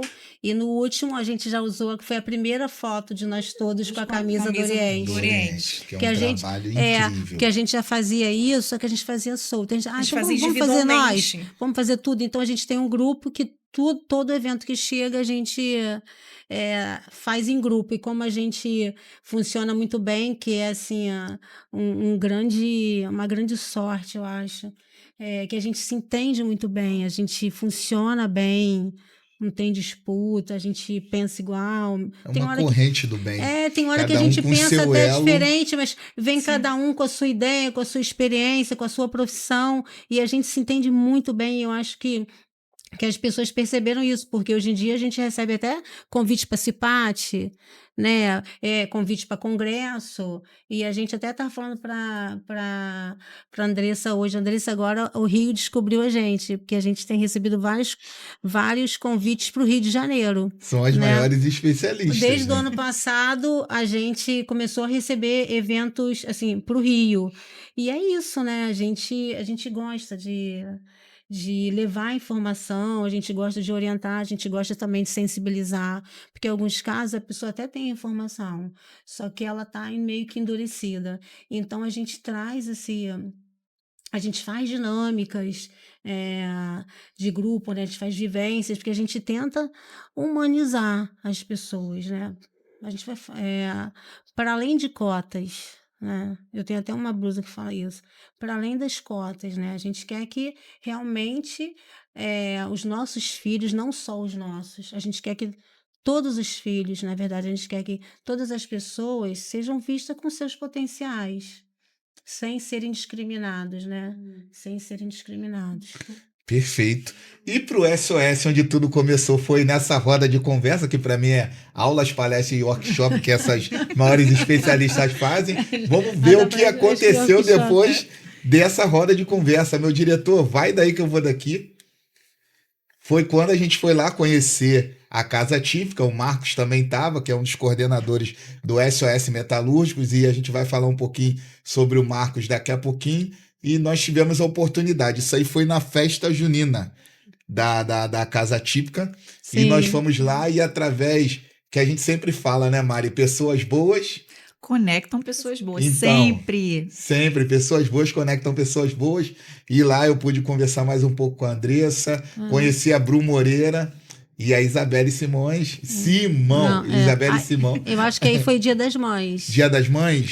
Foi Dia das Mães, Perdão. porque eu lembro que era meu aniversário. Foi dia, foi isso, Dia das Mães. Foi E festa depois das mães. nós estávamos também na festa junina. Sim. Mas esse foi o Dia das Mães, isso aí. Isso. E aí a gente teve a oportunidade de, na primeira vez, conhecer a Casa Típica, que tem um trabalho incrível ali de frente a Manu, Emanuele Rocha, que é a diretora da casa, junto com a Isabelle, junto com a Andressa também, nesse elo dessa corrente aí, todas juntas, com a Lilian também, com o Paulo. Meu diretor, pode falar. E ali, eu tô até com a blusa da feira, que a gente tem uma feira típica cultural. Muito bom você falar sobre isso. Que é uma feira que a gente trouxe, assim, desde o começo, quando a casa não era nada disso, era só, né, um espaço que ela queria fazer 3 salas. Aí eu até chorei muito no dia. Eu não vou chorar hoje não, gente. Ai, pelo amor de Deus, não posso chorar. Fica à vontade. Pega o lencinho. Ela queria fazer 3 espaços, né? E 3 espaços de terapia e uma sala. Ela queria fazer um salão de beleza para as mães poderem trabalhar e ganhar dinheiro. E o outro, ela queria fazer uma cafeteria, que a gente tem essa cafeteria funcionando. E daí também surgiu a ideia da feira, porque temos muitas mães solos, muitas mães que têm que trabalhar de casa. Então, mães que fazem crochê, elas fazem cada coisa maravilhosa, assim, cada coisa linda. Aí tem mães que vendem, enfim. Aí foi uma forma da gente também trazer renda, porque, como Gonzaguinha fala, né? Sem o seu trabalho, o homem não tem honra. Então, a gente trouxe essa honra, né? Eu gosto muito de falar além do empoderamento feminino, eu tenho o meu dinheiro, esse dinheiro é do meu trabalho, eu não dependo de benefício nenhum, eu que trabalhei, eu que fiz, e esse dinheiro é meu, e eu tô vendendo, né? E essa feira, ela traz muito isso, ela traz a dignidade para a mesa. Eu falo, Manu, isso aqui é dignidade. Então, assim, o que me emocionou muito é porque além dela se preocupar, né? A Manu, ela... É até difícil falar dela, porque é fácil e difícil, porque ela compra as coisas, assim, com um amor, assim... Olha, ela é uma das pessoas, assim... Eu não sei nem te dizer. Eu não sei nem se eu tenho palavras para ela, porque ela... Quando entrou na maternidade atípica, né? Ela foi uma mãe e um salário. E o sonho, né, de fazer um espaço, né? E ela queria essa casa aí. Ela passava aí na frente, ela falava, eu quero essa casa, eu quero essa casa. E assim, era só um sonho. Quando ela conseguiu, até no dia, não sei se, né, quando ela olhar isso, ela vê que a gente chegou lá em cima, era aberto. Aí tinha tipo a nuvem, assim, fazendo uma ideia de uma mão. Assim, uma mão. Aí eu falei, cara, Manu, olha aquela mão lá. Aí ela falou assim, é Deus. Eu falei, só é, é Deus. Aí eu abracei ela e comecei a chorar. Ela com aquele jeitão, né, que não querendo chorar, né. Eu falei, eu vou chorar muito. Porque você, além de querer dar terapia para as crianças que não têm, que não podem, você está olhando para a gente, você está olhando para as mães. Você tem noção do que é isso? Você dá esse empoderamento, você traz essa dignidade para essas mães? Você vai tirar essa mãe lá, né, da tristeza da casa dela, triste, né? Sem poder fazer nada, e ela vai vir aqui pra feira, vai mostrar o trabalho dela e vai ser elogiada. Ela vai ser elogiada. Né, então, assim, um dos meus grandes xodóis é a feira típica. Essa feira típica e cultural, porque era feira típica e virou cultural, porque a gente sempre coloca uma atividade cultural, porque a gente gosta de festa, a gente gosta de música, né? A gente é festeira, a gente é mãe típica, mas a gente é muito festeira, a gente gosta de arrasta-pé, enfim. Então, sempre tem um evento cultural junto com as nossas feiras. Então, é um dos projetos lindos que a gente tem. A gente tem, eu não sei nem te dizer quantos projetos a gente tem. A gente tem muitos projetos. Muitos projetos. Eu teria que trazer um portfólio para falar para vocês, né? Eu quero 15 anos, vou fazer 15 anos, eu não sei o que eu faço. Então você fala com a Manu, minha filha, que a gente vai desenrolar a roupa, vai desenrolar o dia da debutante, sabe? Nunca me chamaram para festa. A gente tem casos de crianças que não são chamadas para as festas. Eu nunca passei por isso, né, Andressa? Mas tem mães que falam, então vamos fazer aqui. Aí a gente dá o bolinho, né? A gente dá o salgadinho. A gente dá o suquinho e vamos comemorar. Né? A gente ainda tem um cuidado, né? Que aí, lógico, a gente tem alguns parceiros, né? Lá dentro da casa mesmo. Então vamos fazer um tempo, fazer bonitinho, e a gente faz. E vão os voluntários para lá, aprender a fazer pipoca, aprender a fazer algodão doce, e a gente faz a festa das crianças que nunca tiveram uma festa. Entendeu? A gente tem muito isso. Aí eu chora, coletivo, gostoso, né? Agora você pode, né? E tudo que a gente faz, né? A gente gosta de fechar a rua também. A gente tem esse negócio que a gente gosta de fechar logo a rua. Aí a gente pede autorização da prefeitura e fecha a rua. E a gente, assim, uma das coisas mais importantes, assim, que eu gosto que fica muito claro, é que como a gente é família típica, né, a família de pessoas com deficiência, a gente faz os nossos eventos, mas os nossos eventos são eventos para todo mundo. Para todo mundo. Os nossos eventos é para todo mundo. Porque eu não queria um evento inclusivo. Eu queria um evento comum, onde houvesse inclusão, onde pudessem todos estarem.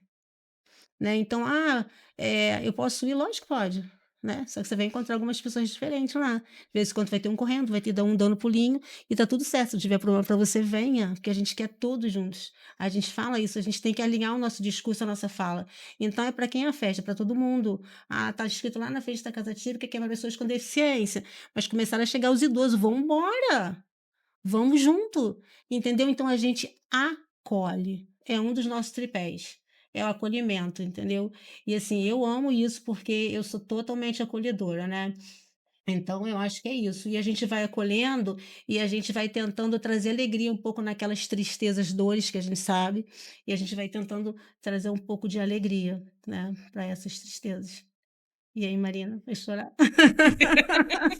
Vamos chorar não, vamos bater muita palma, né, não, Rafael? Eu falo pra você Bate que elas palma aí, são... você de casa, bate, Eu falo bate. pra você que elas são as maiores especialistas, é sobre isso, os pais, o olhar de quem cuida. Gente, eu tô encantada. Eu tô, sinceramente, muito comovida. Tô me segurando aqui.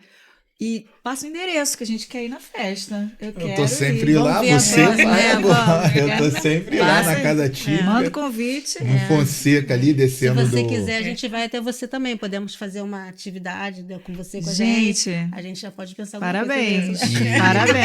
Parabéns. Pegando um gancho no que elas falaram, tá? Você, meu amigo, minha amiga, que é empresário, tem um evento na sua empresa, a feira é itinerante, tá? Elas podem ir no seu evento. Tem mulheres que têm a feira ali, vai vender o salgado, livros, que eu já comprei livros lá, o chaveiro da minha bolsa, eu comprei lá na feira lá. Então, assim, fique à vontade para entrar em contato com o Oba. pessoal da Casa Típica para levar a feira e fazer a diferença e transformar vidas através do trabalho da Feira Atípica, que é um trabalho itinerante da Casa Típica. Isso. E Casa Rara também, que a gente não pode esquecer, que é uma Isso. grande parceria das duas casas. Sim. Seguindo os trabalhos depois daquele rolê que aconteceu lá, naquela roda de conversa, meu diretor Bebeto, que está emocionado também, vai daí que eu vou daqui, meu diretor. Através desse aprendizado, o SOS, a gente inicia o nosso podcast e, se eu não me engano, a edição de número 5 foi Autismo, onde houver amor, não haverá preconceito. Então, a Lívia, que é a professora que trabalha com crianças e adolescentes neurodivergentes, a Bru Moreira, que hoje tem o seu grande trabalho, Voz Atípica, dando voz com propósito aí, tem o seu próprio podcast. Sim. Lançou o seu podcast lá no nosso bate-papo no outro podcast que a gente tinha lá em Rio Bonito. E a Viviane, que é esposa de um grande amigo meu, que representava a família offshore, falando sobre esse suporte ou não. O esposo dela, a gente trabalhou junto um bom tempo, o Lívio, que eu amo de paixão, um grande amigo meu que a vida offshore me deu. Sua esposa é advogada, são pais atípicos de um jovem também, hoje deve ter em torno de 14, 15 anos. Então teve esse podcast que foi o primeiro nesse segmento para falar sobre autismo. E o tema foi muito interessante porque foi um pai atípico. Depois que eu falei sobre o tema, ele abriu o coração dele, eu falei, então vou deixar na sua responsabilidade o tema sobre o podcast. Ele abriu o coração e falou, o tema para mim seria esse, autismo, onde houver amor, não haverá preconceito. Muito forte isso. Isso é para vocês verem a sementinha que vocês plantaram lá naquela roda de conversa. Meu diretor, vai daí que eu vou daqui, por favor, seguindo. Tá isso daí para mim, pô, foi essa foi a primeira caminhada, se eu não me engano, que eu participei com vocês. Eu acho que eu já fui a 3. Porque eu fui uma em São Gonçalo. Aqui com vocês eu fui em 2. Mas essa daí, quando vocês me deram a oportunidade de carregar esse símbolo, a gente ali na concentração, essa foi do início ali de Caraí até o disco voador.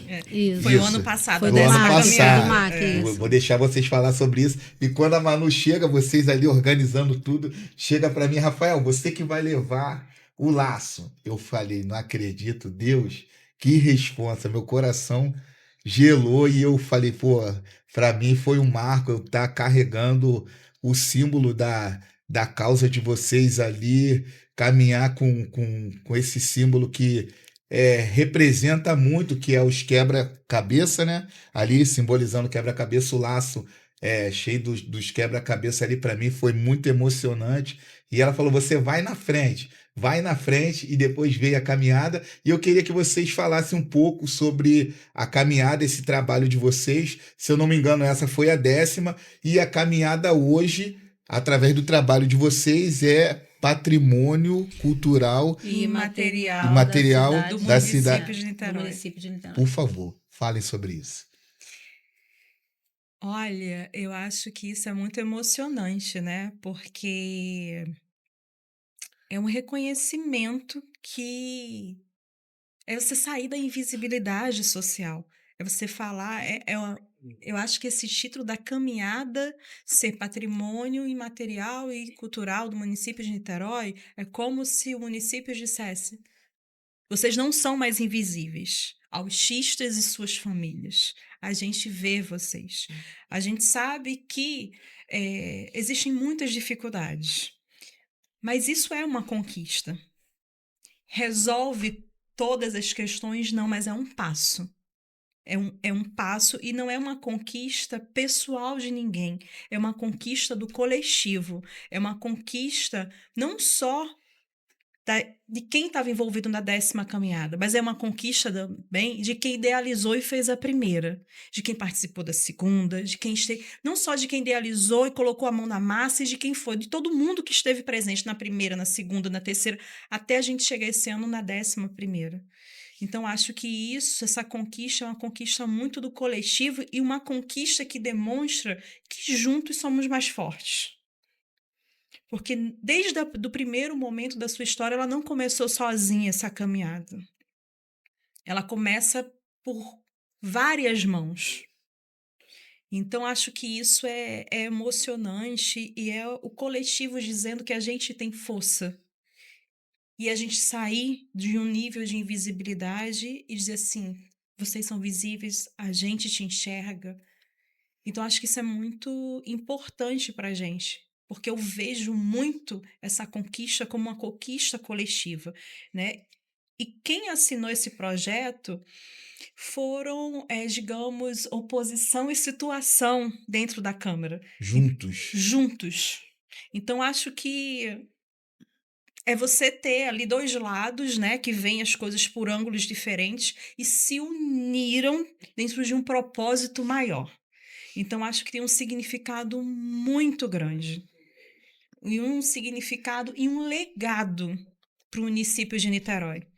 E não só algo de agora, mas de uma construção.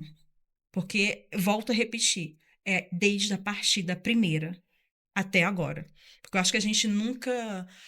A gente, para chegar nisso, a gente também precisa olhar para quem veio antes. Sim. Né? E é o que a gente fala. A gente sabe que o tempo vai passar, que a gente vai cansar porque a idade vai chegar e que venham outras com disposição e energia e tomem a frente e continuem fazendo isso acontecer, porque isso não é meu, não é dela, isso é nosso, é construção nossa, coletiva e de muitas mãos. Então, isso para mim tem esse significado muito grandioso. Para você, Isabelle, Simão. Eu acho que a Andressa falou tudo, né? Eu tenho um xodó horrível com a caminhada, eu fico insuportável em época de caminhada. Porque dá um trabalho danado, né? Quem tá ali não tem noção, né? Dos bastidores, assim, é sofrível às vezes, mas quando a gente chega lá na caminhada e uma mãe chega pra gente, como esse ano, né? Esse ano, quando começou a caminhada, a desse ano, se vocês ouvirem o vídeo, a Manu tava gritando assim, você ouve essa, cadê Isabelle? Cadê Isabelle? Cadê Isabelle? Por quê? Porque eu tava lá, depois eu fiquei brincando, eu tava lá nos braços do povo, né? Eu tava lá atrás. Por quê? Porque uma avó me parou e falou assim, acabei de descobrir que eu tenho um neto autista.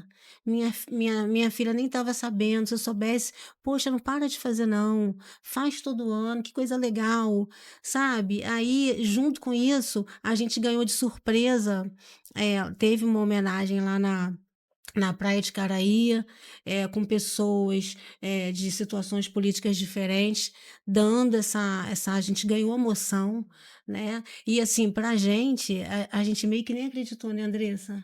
Falei, gente, agora a gente é patrimônio cultural e material da cidade. E não é vaidade, é porque isso é um legado que Niterói está ganhando, e eu espero que Niterói tenha responsabilidade com esse legado que ela ganhou, né? Então, eu acho que é legado e que Niterói ganhe e que Niterói não esqueça, né? Não esqueça dos autistas, né?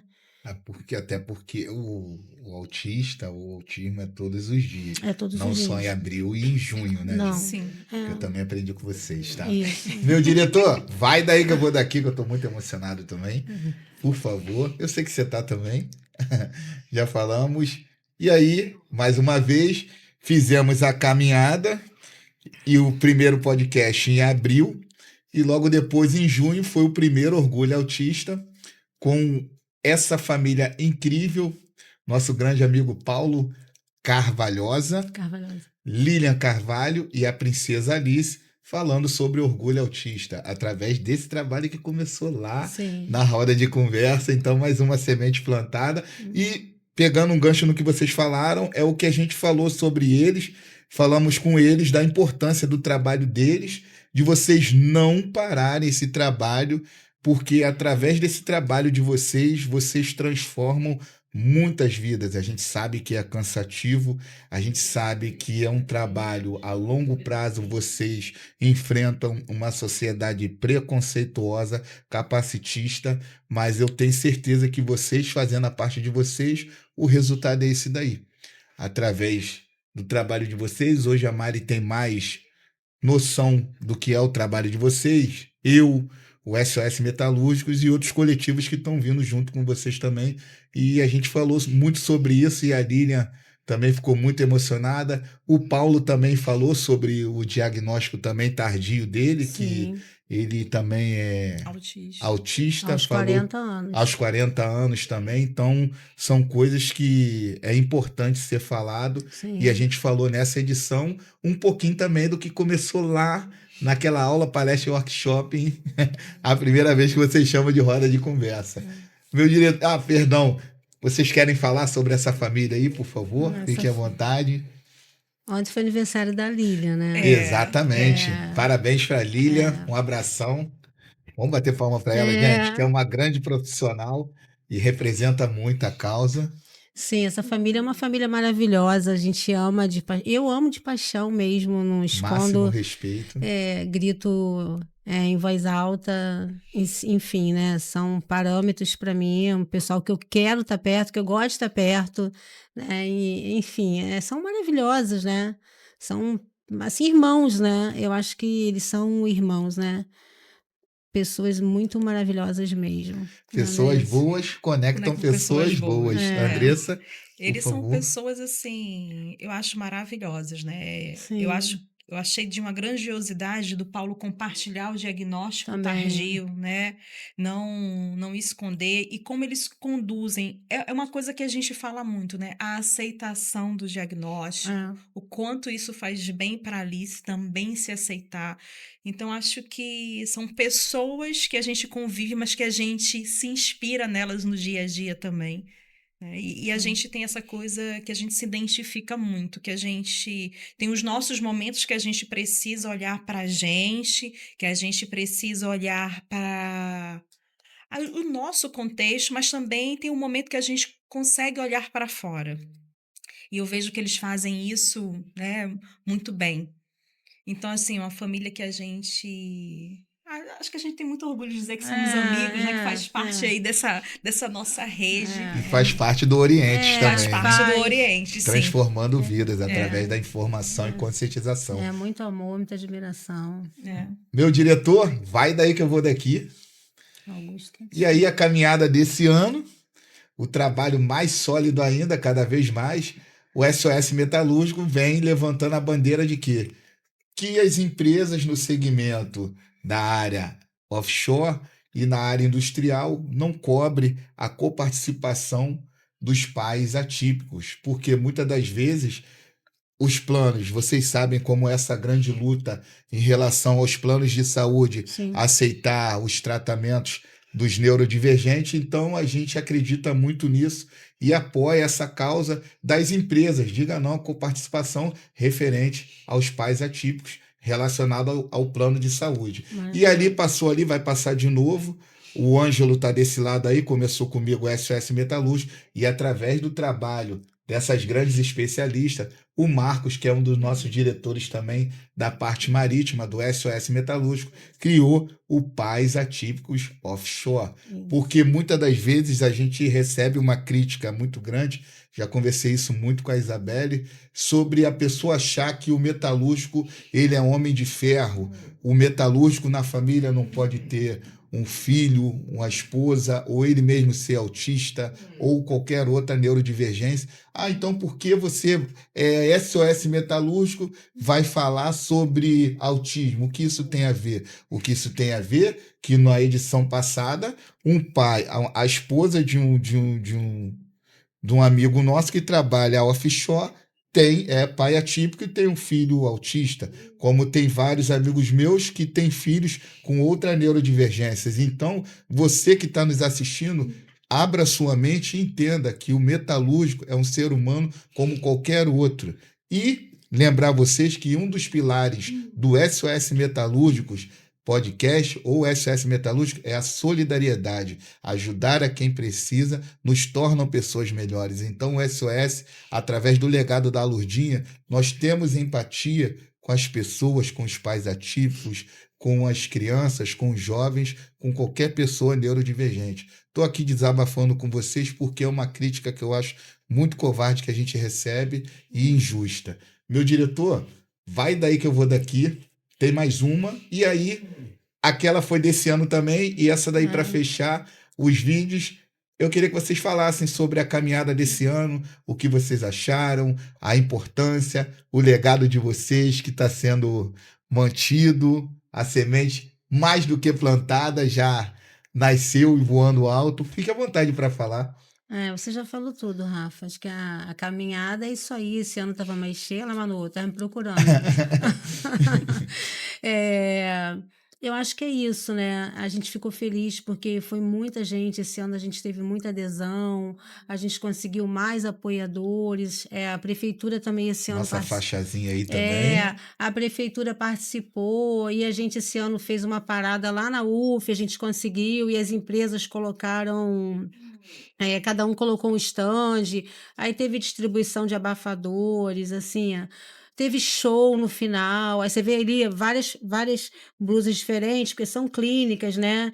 E assim, tem muito político, tem clínica, tem famílias, e é isso aí, é para todo mundo, né? Como a gente fala, é para todo mundo, é para quem quiser. E tinha muita gente, né? Tinha muita gente. Eu fiquei muito feliz. Eu fiquei dando cambalhota nesse dia dessa caminhada, né, André? Ali passando ali agora, como vocês podem ver, um grande amigo meu que trabalhamos junto, esse de boné aí, Ah, pai legal. atípico, e tá aí presente. É. Então é isso, muito obrigado a vocês. Meu diretor, vamos manter daqui. Mari, fique à vontade. Agora você conhece um pouco mais dessas grandes especialistas. Pode continuar com as suas perguntas. Gente, eu vou te Acabar. dizer, o estúdio está emocionado. O pessoal que está em casa não está vendo os bastidores.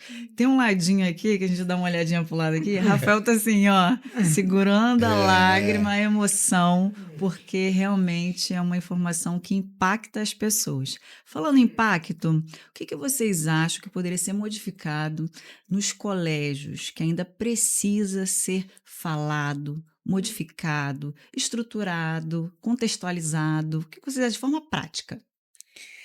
Olha,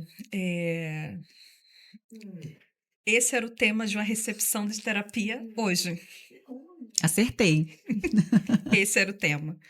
Eu acho que tem muitas coisas para serem repensadas dentro desse espaço escolar, né? Eu falo isso a nível nacional. Todos nós temos, a gente sabe hoje, é ciência, não sou eu que estou falando. Cada um tem um caminho do aprendizado. Um é visual, o outro é auditivo. E a gente ainda tem essa visão muito tradicional de se encaixar, né? Você tem que se encaixar daquela forma, tem que ser assim. E eu acho que isso não só para os atípicos, mas até para os típicos também isso atrapalha. Isso engessa o aprendizado. Então, acho que entender que cada um processa de um jeito, processa de uma forma, é muito importante. Acho que também entender, né? Porque às vezes tem situações onde a criança ou o adolescente atípico está dentro da escola e desregula. E ele não desregula, não é por nada, é porque aconteceu alguma coisa lá dentro e muitas vezes isso a escola não procura investigar. Acha que ele é que é o problema. E não tenta ver o que estava dentro daquele contexto que ele desregulou, porque ele não desregula por nada. Eu acho que isso é um outro ponto. Eu acho que também a gente tem um ponto de fazer um trabalho mesmo que a gente, de certa forma, já faz, de educar as pessoas. Porque o autista está aí, o lugar dele é em qualquer lugar que ele quiser, na escola, no trabalho, e você vai se deparar com ele querendo ou não. Então, acho que até as famílias a prepararem seus filhos, né? Porque existe o bullying, hoje mesmo a gente estava conversando, dentro da escola, jovens que ficam incitando outros autistas para que ele se desregule. E quando ele se desregula, que ele tem um comportamento agressivo, o culpado é ele que foi agressivo, mas ninguém para investigar o que foi que aconteceu. Aí se sabe porque tem alguém do lado que olha, algum colega, e depois vai sem ninguém ver e conta o que foi que aconteceu. Então, acho que esse trabalho também da escola e das famílias, né? Então, acho que é o bullying, é o capacitismo, é o você olhar para ele com aqueles olhos de que ele não vai aprender. Quem te disse? Às vezes você muda uma vírgula e ele aprende muito. Acho que também tem o profissional, né? Que a gente sabe quando a gente sai de uma faculdade, a gente não sai sabendo tudo, a gente também precisa fazer outros cursos depois para poder se especializar. Então, acho que falta também esse olhar empático, né? Esse olhar de que eu não sei, chegou no meu limite. Então, assim, deixa eu pegar a informação, seja com outra pessoa dentro da escola, seja ouvir esse pai para entender também, ouvir esse pai e essa mãe para entender quem é esse aluno. Então, acho que tem várias nuances que acontecem ali dentro. E também eu sei que tem um outro lado, que às vezes a família não aceita. E aí, esse não aceitar o diagnóstico também atrapalha a escola a fazer um trabalho, né? Eu ouvi, né, de uma professora essa semana, um adolescente que a família não aceita, que a mãe só falta entrar em surto se você disser que ele tem alguma coisa. E até hoje ele não tem um diagnóstico. Então, eu entendo que tem questões dentro da escola que precisam ser olhadas, mas eu também entendo que às vezes tem questões dentro da família que atrapalham esse andamento.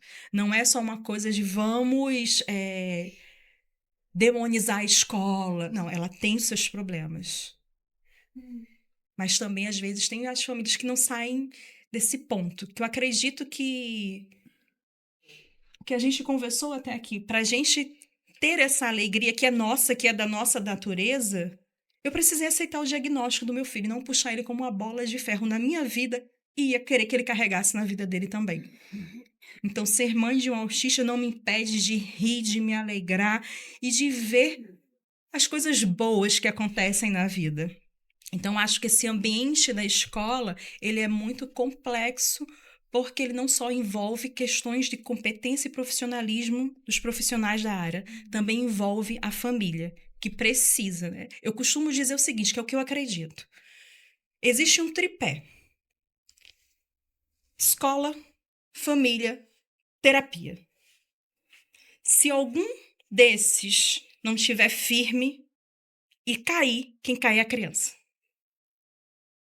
Quem cai é o adolescente, quem cai é o jovem, quem cai é o adulto, porque, sim, autista não é só criança. Então, acredito muito que existe esse tripé. Então, se esse tripé, esses 3 pilares, eles estão firmes, eles mantêm esse ser humano para que ele se desenvolva na sua potência. Mas se algum desses não está firme, vai abalar também o desenvolvimento dele. É assim, pelo menos, que eu vejo, e acho que isso também traz reflexos para dentro da escola, além dos problemas que ela já tem. Isa? Assim, falar de escola eu acho que é uma das questões mais doloridas para as famílias, né? Falo como mãe atípica, como assistente social, que muitas crianças estão fora da escola, infelizmente, porque os pais não mandam mais. Chega uma hora que os pais não mandam, porque é, eles não têm o professor de apoio, eles não têm quem vai estar ali mediando a situação, então a gente tem muitos que desistem. A preocupação com o Os filho mais também, né? velhos, Sim. principalmente os mais velhos, a gente tem muitos que não são alfabetizados. Eu sinto dor e eu me sinto envergonhada, porque para além de tudo, né, que a Andressa falou, eu como professora, assim, me sinto muito à vontade de falar isso, que os nossos cursos de formação de professores, a gente não prepara para a inclusão. Para além disso, né, eu tenho lá os meus sonhos, em relação até ao sistema educacional brasileiro, mas é fato e é uma das nossas pautas que tinha que entrar, dentro dos cursos, você tinha que estudar as neurodivergências. Você vai chegar numa sala que vai ter só neurodivergente. E quanto foi o número de autismo no último censo? 1 para 36? No Brasil, você imagina, 1 para 36, né? Daqui a 20 anos, como é que vai estar isso? Daqui a pouco a gente que é diferente. Então, eu acho que a gente tem que se atentar para a realidade. Porque, na verdade, nós somos diferentes. E por isso, assim, que eu às vezes eu não entendo as pessoas, porque, na verdade, aqui nós 4, né, nós 6, 7, aqui não tem ninguém igual a ninguém. Né? Nós somos plurais, então por que eu tenho que ser igual? Por que uma criança, um adolescente que tem um cérebro diferente, uma forma de responder diferente, tem que ser deixada de lado? Né? E então os cursos de formação de professores que não têm preparo, e os professores também que não têm o preparo, né? Porque o preparo envolve uma capacitação. né? Então, esse professor tem que querer. Infelizmente, a gente tem uns professores que também não querem. É uma opção, né? A gente faz opções. E tem professor que não aceita, né? E tem escola que fala sem nenhuma cerimônia que não pode aceitar uma criança autista que não tem preparo. Eu me sinto envergonhada como professora. Eu me sinto. Porque como uma escola fala que não tem um preparo para receber uma criança atípica. Então, assim, são muitas camadas, assim, o problema é imenso, o problema é muito grande, mas eu acho que se a gente ter boa vontade, se a gente estudar, se a gente se qualificar, a gente pode treinar esses professores e a gente pode mudar a realidade, sim, porque a gente tem condição de mudar a realidade como professor. Eu tenho um professor da minha alfabetização que eu sou apaixonada por ela, né? A criança, ela aprende pela afetividade, né? Então, a gente precisa, né, de um afeto, né? O meu sonho de mãe para vocês hoje em relação à escola, que é um assunto que me deixa muito desgostosa, estou inclusive voltando para a área de educação por conta disso, para tentar entender e não ficar com ranço e tentar, sabe, fazer as coisas fluírem, é isso. Porque o aluno cego, o aluno com deficiência, o aluno surdo, ele é meu aluno igual o outro. Então a gente precisa. Agora, eu tenho que querer. O professor tem que querer, né? E ele tem que saber que o professor regente, ele é aluno dos 30, dos 20 que ele tem. Ah, aquele aluno ali, você fala com a professora de apoio. É vergonhoso, mas acontece. Acontece muito. A questão não é só educacional, é social. É muito. As pessoas precisam olhar para esse assunto. E É. muitas vezes a sociedade quer fazer o quê? Vamos botar aqui, ó, por baixo do tapetinho, vamos deixar esse assunto quieto. Então, a fala de vocês, a passeata, o trabalho, muda, né, o olhar da sociedade para essa causa. Nos bastidores, a gente estava conversando sobre a questão das pessoas que têm deficiência visual. E eu não lembro se foi a Isa ou se foi a Andressa, né? Que falou com relação ao posicionamento. Sim. Vocês lembram? Sim, sobre a forma da gente se apresentar. Sim. Que quando tem uma pessoa que é cega, a gente tem uma forma de se apresentar, que a gente primeiro tira o microfone, põe do lado para ela saber aonde a gente está no palco ou em algum lugar, e depois a gente se apresenta do jeito que a gente está vestido, para essa pessoa saber quem ela está ouvindo, como que aquela pessoa é. E Isso é sentir que ela muito tá importante. inclusa também. Isso é Sim, inclusão, sim. isso é acessibilidade, isso é você dar acesso, como é você também colocar um intérprete de Libras, você está dando acesso. Você vê que agora a gente está conseguindo muito isso, você vê nas propagandas que a gente coloca, né, os intérpretes de Libras, né, que é fundamental, porque a gente temos surdos aqui em Niterói, temos surdos no Brasil, e os surdos são nossos. Né? Então a gente tem que acolher a comunidade surda, que é a minha comunidade, que é a comunidade PCD, de pessoas com deficiência. Então tem que ser para todos. Perfeito. Tudo que é bom dura pouco. Vamos fazer a nossa última pergunta aqui. Depois, Mari, vocês vão responder. Mari, vocês fiquem à vontade para fazer as considerações finais de vocês. Eu gostaria de saber o seguinte: pelo olhar de vocês dentro do Orgulho Autista, pelo olhar de quem cuida, qual mensagem vocês deixariam para esse cuidador, seja pai, mãe, avô, tio, irmã, que está recebendo o diagnóstico hoje? Qual mensagem vocês deixariam para esses cuidadores? Posso falar? Eu diria que o diagnóstico não é sentença, que o diagnóstico é o ponto de partida para um novo caminho que vai começar. Ele não vai definir nada, ele não vai definir quem a pessoa é, quem você vai se tornar. Então, o diagnóstico não é sentença. O diagnóstico na minha família ele veio como libertação. É um nome que veio, e então que as pessoas se acolham, se tiver que chorar, chora, se tiver que sofrer, sofre, mas a partir daí vamos à luta, né? Vamos à luta, vamos correr atrás não, vamos correr na frente, e Assim, se eu pudesse deixar uma mensagem para as famílias, né? A mensagem que eu deixaria é: acolha o seu filho.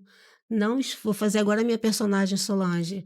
Acolha o seu filho. Quanto mais você escondê-lo da sociedade, não fala nada para ninguém, não querer que ninguém saiba, menos chance de se desenvolver ele terá. E é exatamente isso. A gente não pode esconder os nossos filhos, né? A gente não pode esconder, a gente não pode ter vergonha e a gente tem que acolher. E eu acho que isso reflete até na visão que as pessoas têm da gente. Ó, aquela lá anda com o filho para lá e para cá, ela não tem vergonha, ela fala, ela usa com blusa do autismo. Então, eu acho que é isso. E mais uma coisa, encontrar os seus pares. Né? Não que vocês não sejam, vocês são, mas tem dores que ela vai entender. Sim. O que é um desfraude que demora 4 anos para umas mães, tem noção? É uma fala que nunca vem, né? Vocês podem imaginar uma criança de 8 anos que fala mamãe pela primeira vez? Aí a mãe coloca lá no grupo: gente, vocês não sabem o que aconteceu, meu filho falou. Que coisa boba, né, gente? A gente ouve o bebê balbuciar e a gente, com 8 anos, o bebê falou. 8 anos de idade, essa criança falou. E a gente chora, entendeu? Porque a gente sabe que não tem mães que terão essa graça de ouvir o eu te amo do filho, porque ele é não falante. Né? Então é isso, né? Vamos acolher, vamos chegar perto dos nossos, que a gente consegue, que a gente não consegue sair com os outros, a gente sai com a gente faz baile com a gente faz festa com a gente e chama todo mundo que quer ficar conosco, porque a corrente do bem, ela cresce, ela multiplica e a gente se conecta e as pessoas vão chegando. E é isso, gente. Não esconda seus filhos. Filho é filho, é herança. As pessoas gostam muito de falar. Vou terminar, tá, gente? As pessoas gostam muito de falar: eu crio meu filho pro mundo. E eu não falo isso. Eu falo que eu crio meu filho para o meu filho estar no mundo, mas assim, eu tenho plena consciência de que meu filho é de Deus. Porque eu aprendi isso quando era criança, que os filhos são herança do Senhor. Então, o meu filho não é meu. O meu filho é de Deus. E eu só estou aqui como mordomo desse menino, né, que veio para mudar a minha vida, uma guinada de 360 e trazer uma mulher que eu nem sabia que eu era. Não é isso, Andressa? É isso, é isso. O que eu diria, não, o que eu digo. O que eu digo para uma família que recebeu o diagnóstico agora: se tiver vontade de chorar, chore. Mas levante. E o primeiro passo é você aceitar seu filho como ele é. É uma coisa que eu e meu marido a gente conversa muito. E a gente acredita que quando você aceita quem ele é, essa caminhada é muito mais leve. Então, aceitar ele como ele é o primeiro passo. Porque o que vai acontecer aí, provavelmente, é você precisar se reinventar como pessoa, como ser humano, como mãe. Não só você como mãe, mas o pai, irmão, avô, avó. O que vai acontecer é isso: se reinvente. Mas se reinvente aceitando, se junte realmente com os seus pares e cuide do presente que Deus lhe deu. Porque filho, independente de diagnóstico, é um presente de Deus. E é o que Isa falou. Você tem a responsabilidade de cuidar dele, de dar amor a ele. Eu sei que vai ser difícil. Vai ter dias que você só vai querer chorar em um colo. E talvez você não tenha. Mas confie. E se precisar da gente, pode encontrar a gente nas redes sociais, que a gente vai te dar esse colo. Porque uma mãe atípica não larga a mão da outra. E vá ser feliz. É isso. Mari, suas considerações finais. Eu ia passar a bola para você. Ai, gente, todo mundo emocionado, né? Peraí. Vamos segurar aqui a onda, a emoção. Bom, nosso tema hoje, né, é orgulho autista por um olhar de quem cuida. E nós aqui do SOS Metalúrgicos, sem dúvida, estamos muito felizes com a oportunidade de falar de um tema tão importante, levar conhecimento, né, e desmistificar um pouco dessa desinformação com relação ao tema. Então, hoje eu tenho aqui um presente para vocês se cuidarem. Ai, que lindo. Obrigada. Muito obrigada, May. Obrigada. Voucher presente de tratamento linda, estético May. para Vamos lá, vocês May. se cuidarem, ter um momentinho de vocês, tá ok? E também tem um brinde aí de filtro solar Oba. para vocês se protegerem contra o excesso da radiação solar. E Amei. alegria demais, né, Rafael? Hoje felizes. E agora eu vou passar para você, que eu tô emocionada, tô segurando aqui a Não, minha fala. eu tô muito emocionado porque eu nunca falei sobre isso em live em momento nenhum. E através do trabalho delas, hoje eu me sinto confortável, você sabe. A Isa sabe, a Andressa não sabe, o Douglas, muitos vão saber agora. Há pouco tempo, o meu filho foi diagnosticado com TDAH, então, mais do que nunca, essa luta também agora passa a ser minha, porque eu me torno um pai atípico. Sendo que há muito tempo eu julgava muito meu filho, eu conversei muito com a Isabelle sobre isso, de cobrar muito ele, dar atenção no colégio, de não se preocupar com nada. Então, são coisas relacionadas ao TDAH. Então, nessa época, eu era capacitista, sendo muito rígido com meu filho, e foi quando eu procurei ajuda, porque eu pensei, eu não posso falar sobre capacitismo, sobre inclusão, sobre empatia do lado de fora e dentro de casa eu não fazer isso.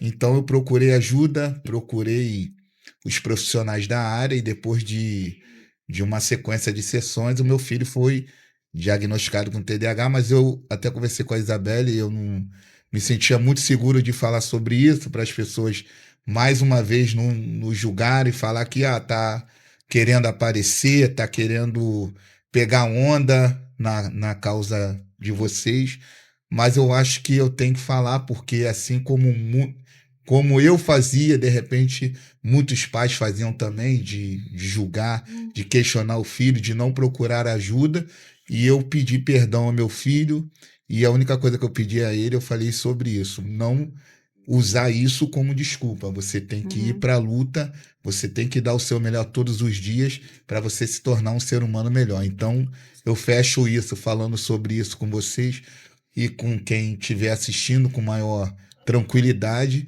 E eu agradeço muito, a minha emoção é sobre isso, porque através daquela sementinha lá, naquela roda de conversas, aprendendo, entendendo, compreendendo, eu cheguei a esse ponto hoje de ter uma visão, de ter uma vida melhor com meu filho, através do diagnóstico relacionado a isso, através do trabalho de vocês. Então, mais uma vez, eu vou encerrar aqui com todos na mesa. Meu diretor, por favor, dessa vez diferente, pode jogar na central aqui, a tela aqui. Vou encerrar dessa vez com todos vocês aqui, agradecendo a vocês mais uma vez por estarem presentes aqui e tenho certeza que as minhas palavras é a da Mari. Continue o trabalho de vocês, porque essa semente que vocês sempre plantam, seja na feira, seja no Projeto Oriente, seja no podcast, seja conversando simplesmente com a mãe, faz a diferença. Então, para vocês, o da Mari, do SOS Metalúrgico, do nosso movimento, o nosso muito obrigado. E eu vou fechar diferente. Pessoas boas conectam pessoas boas. É isso, meu diretor. Muito obrigado. Tamo junto.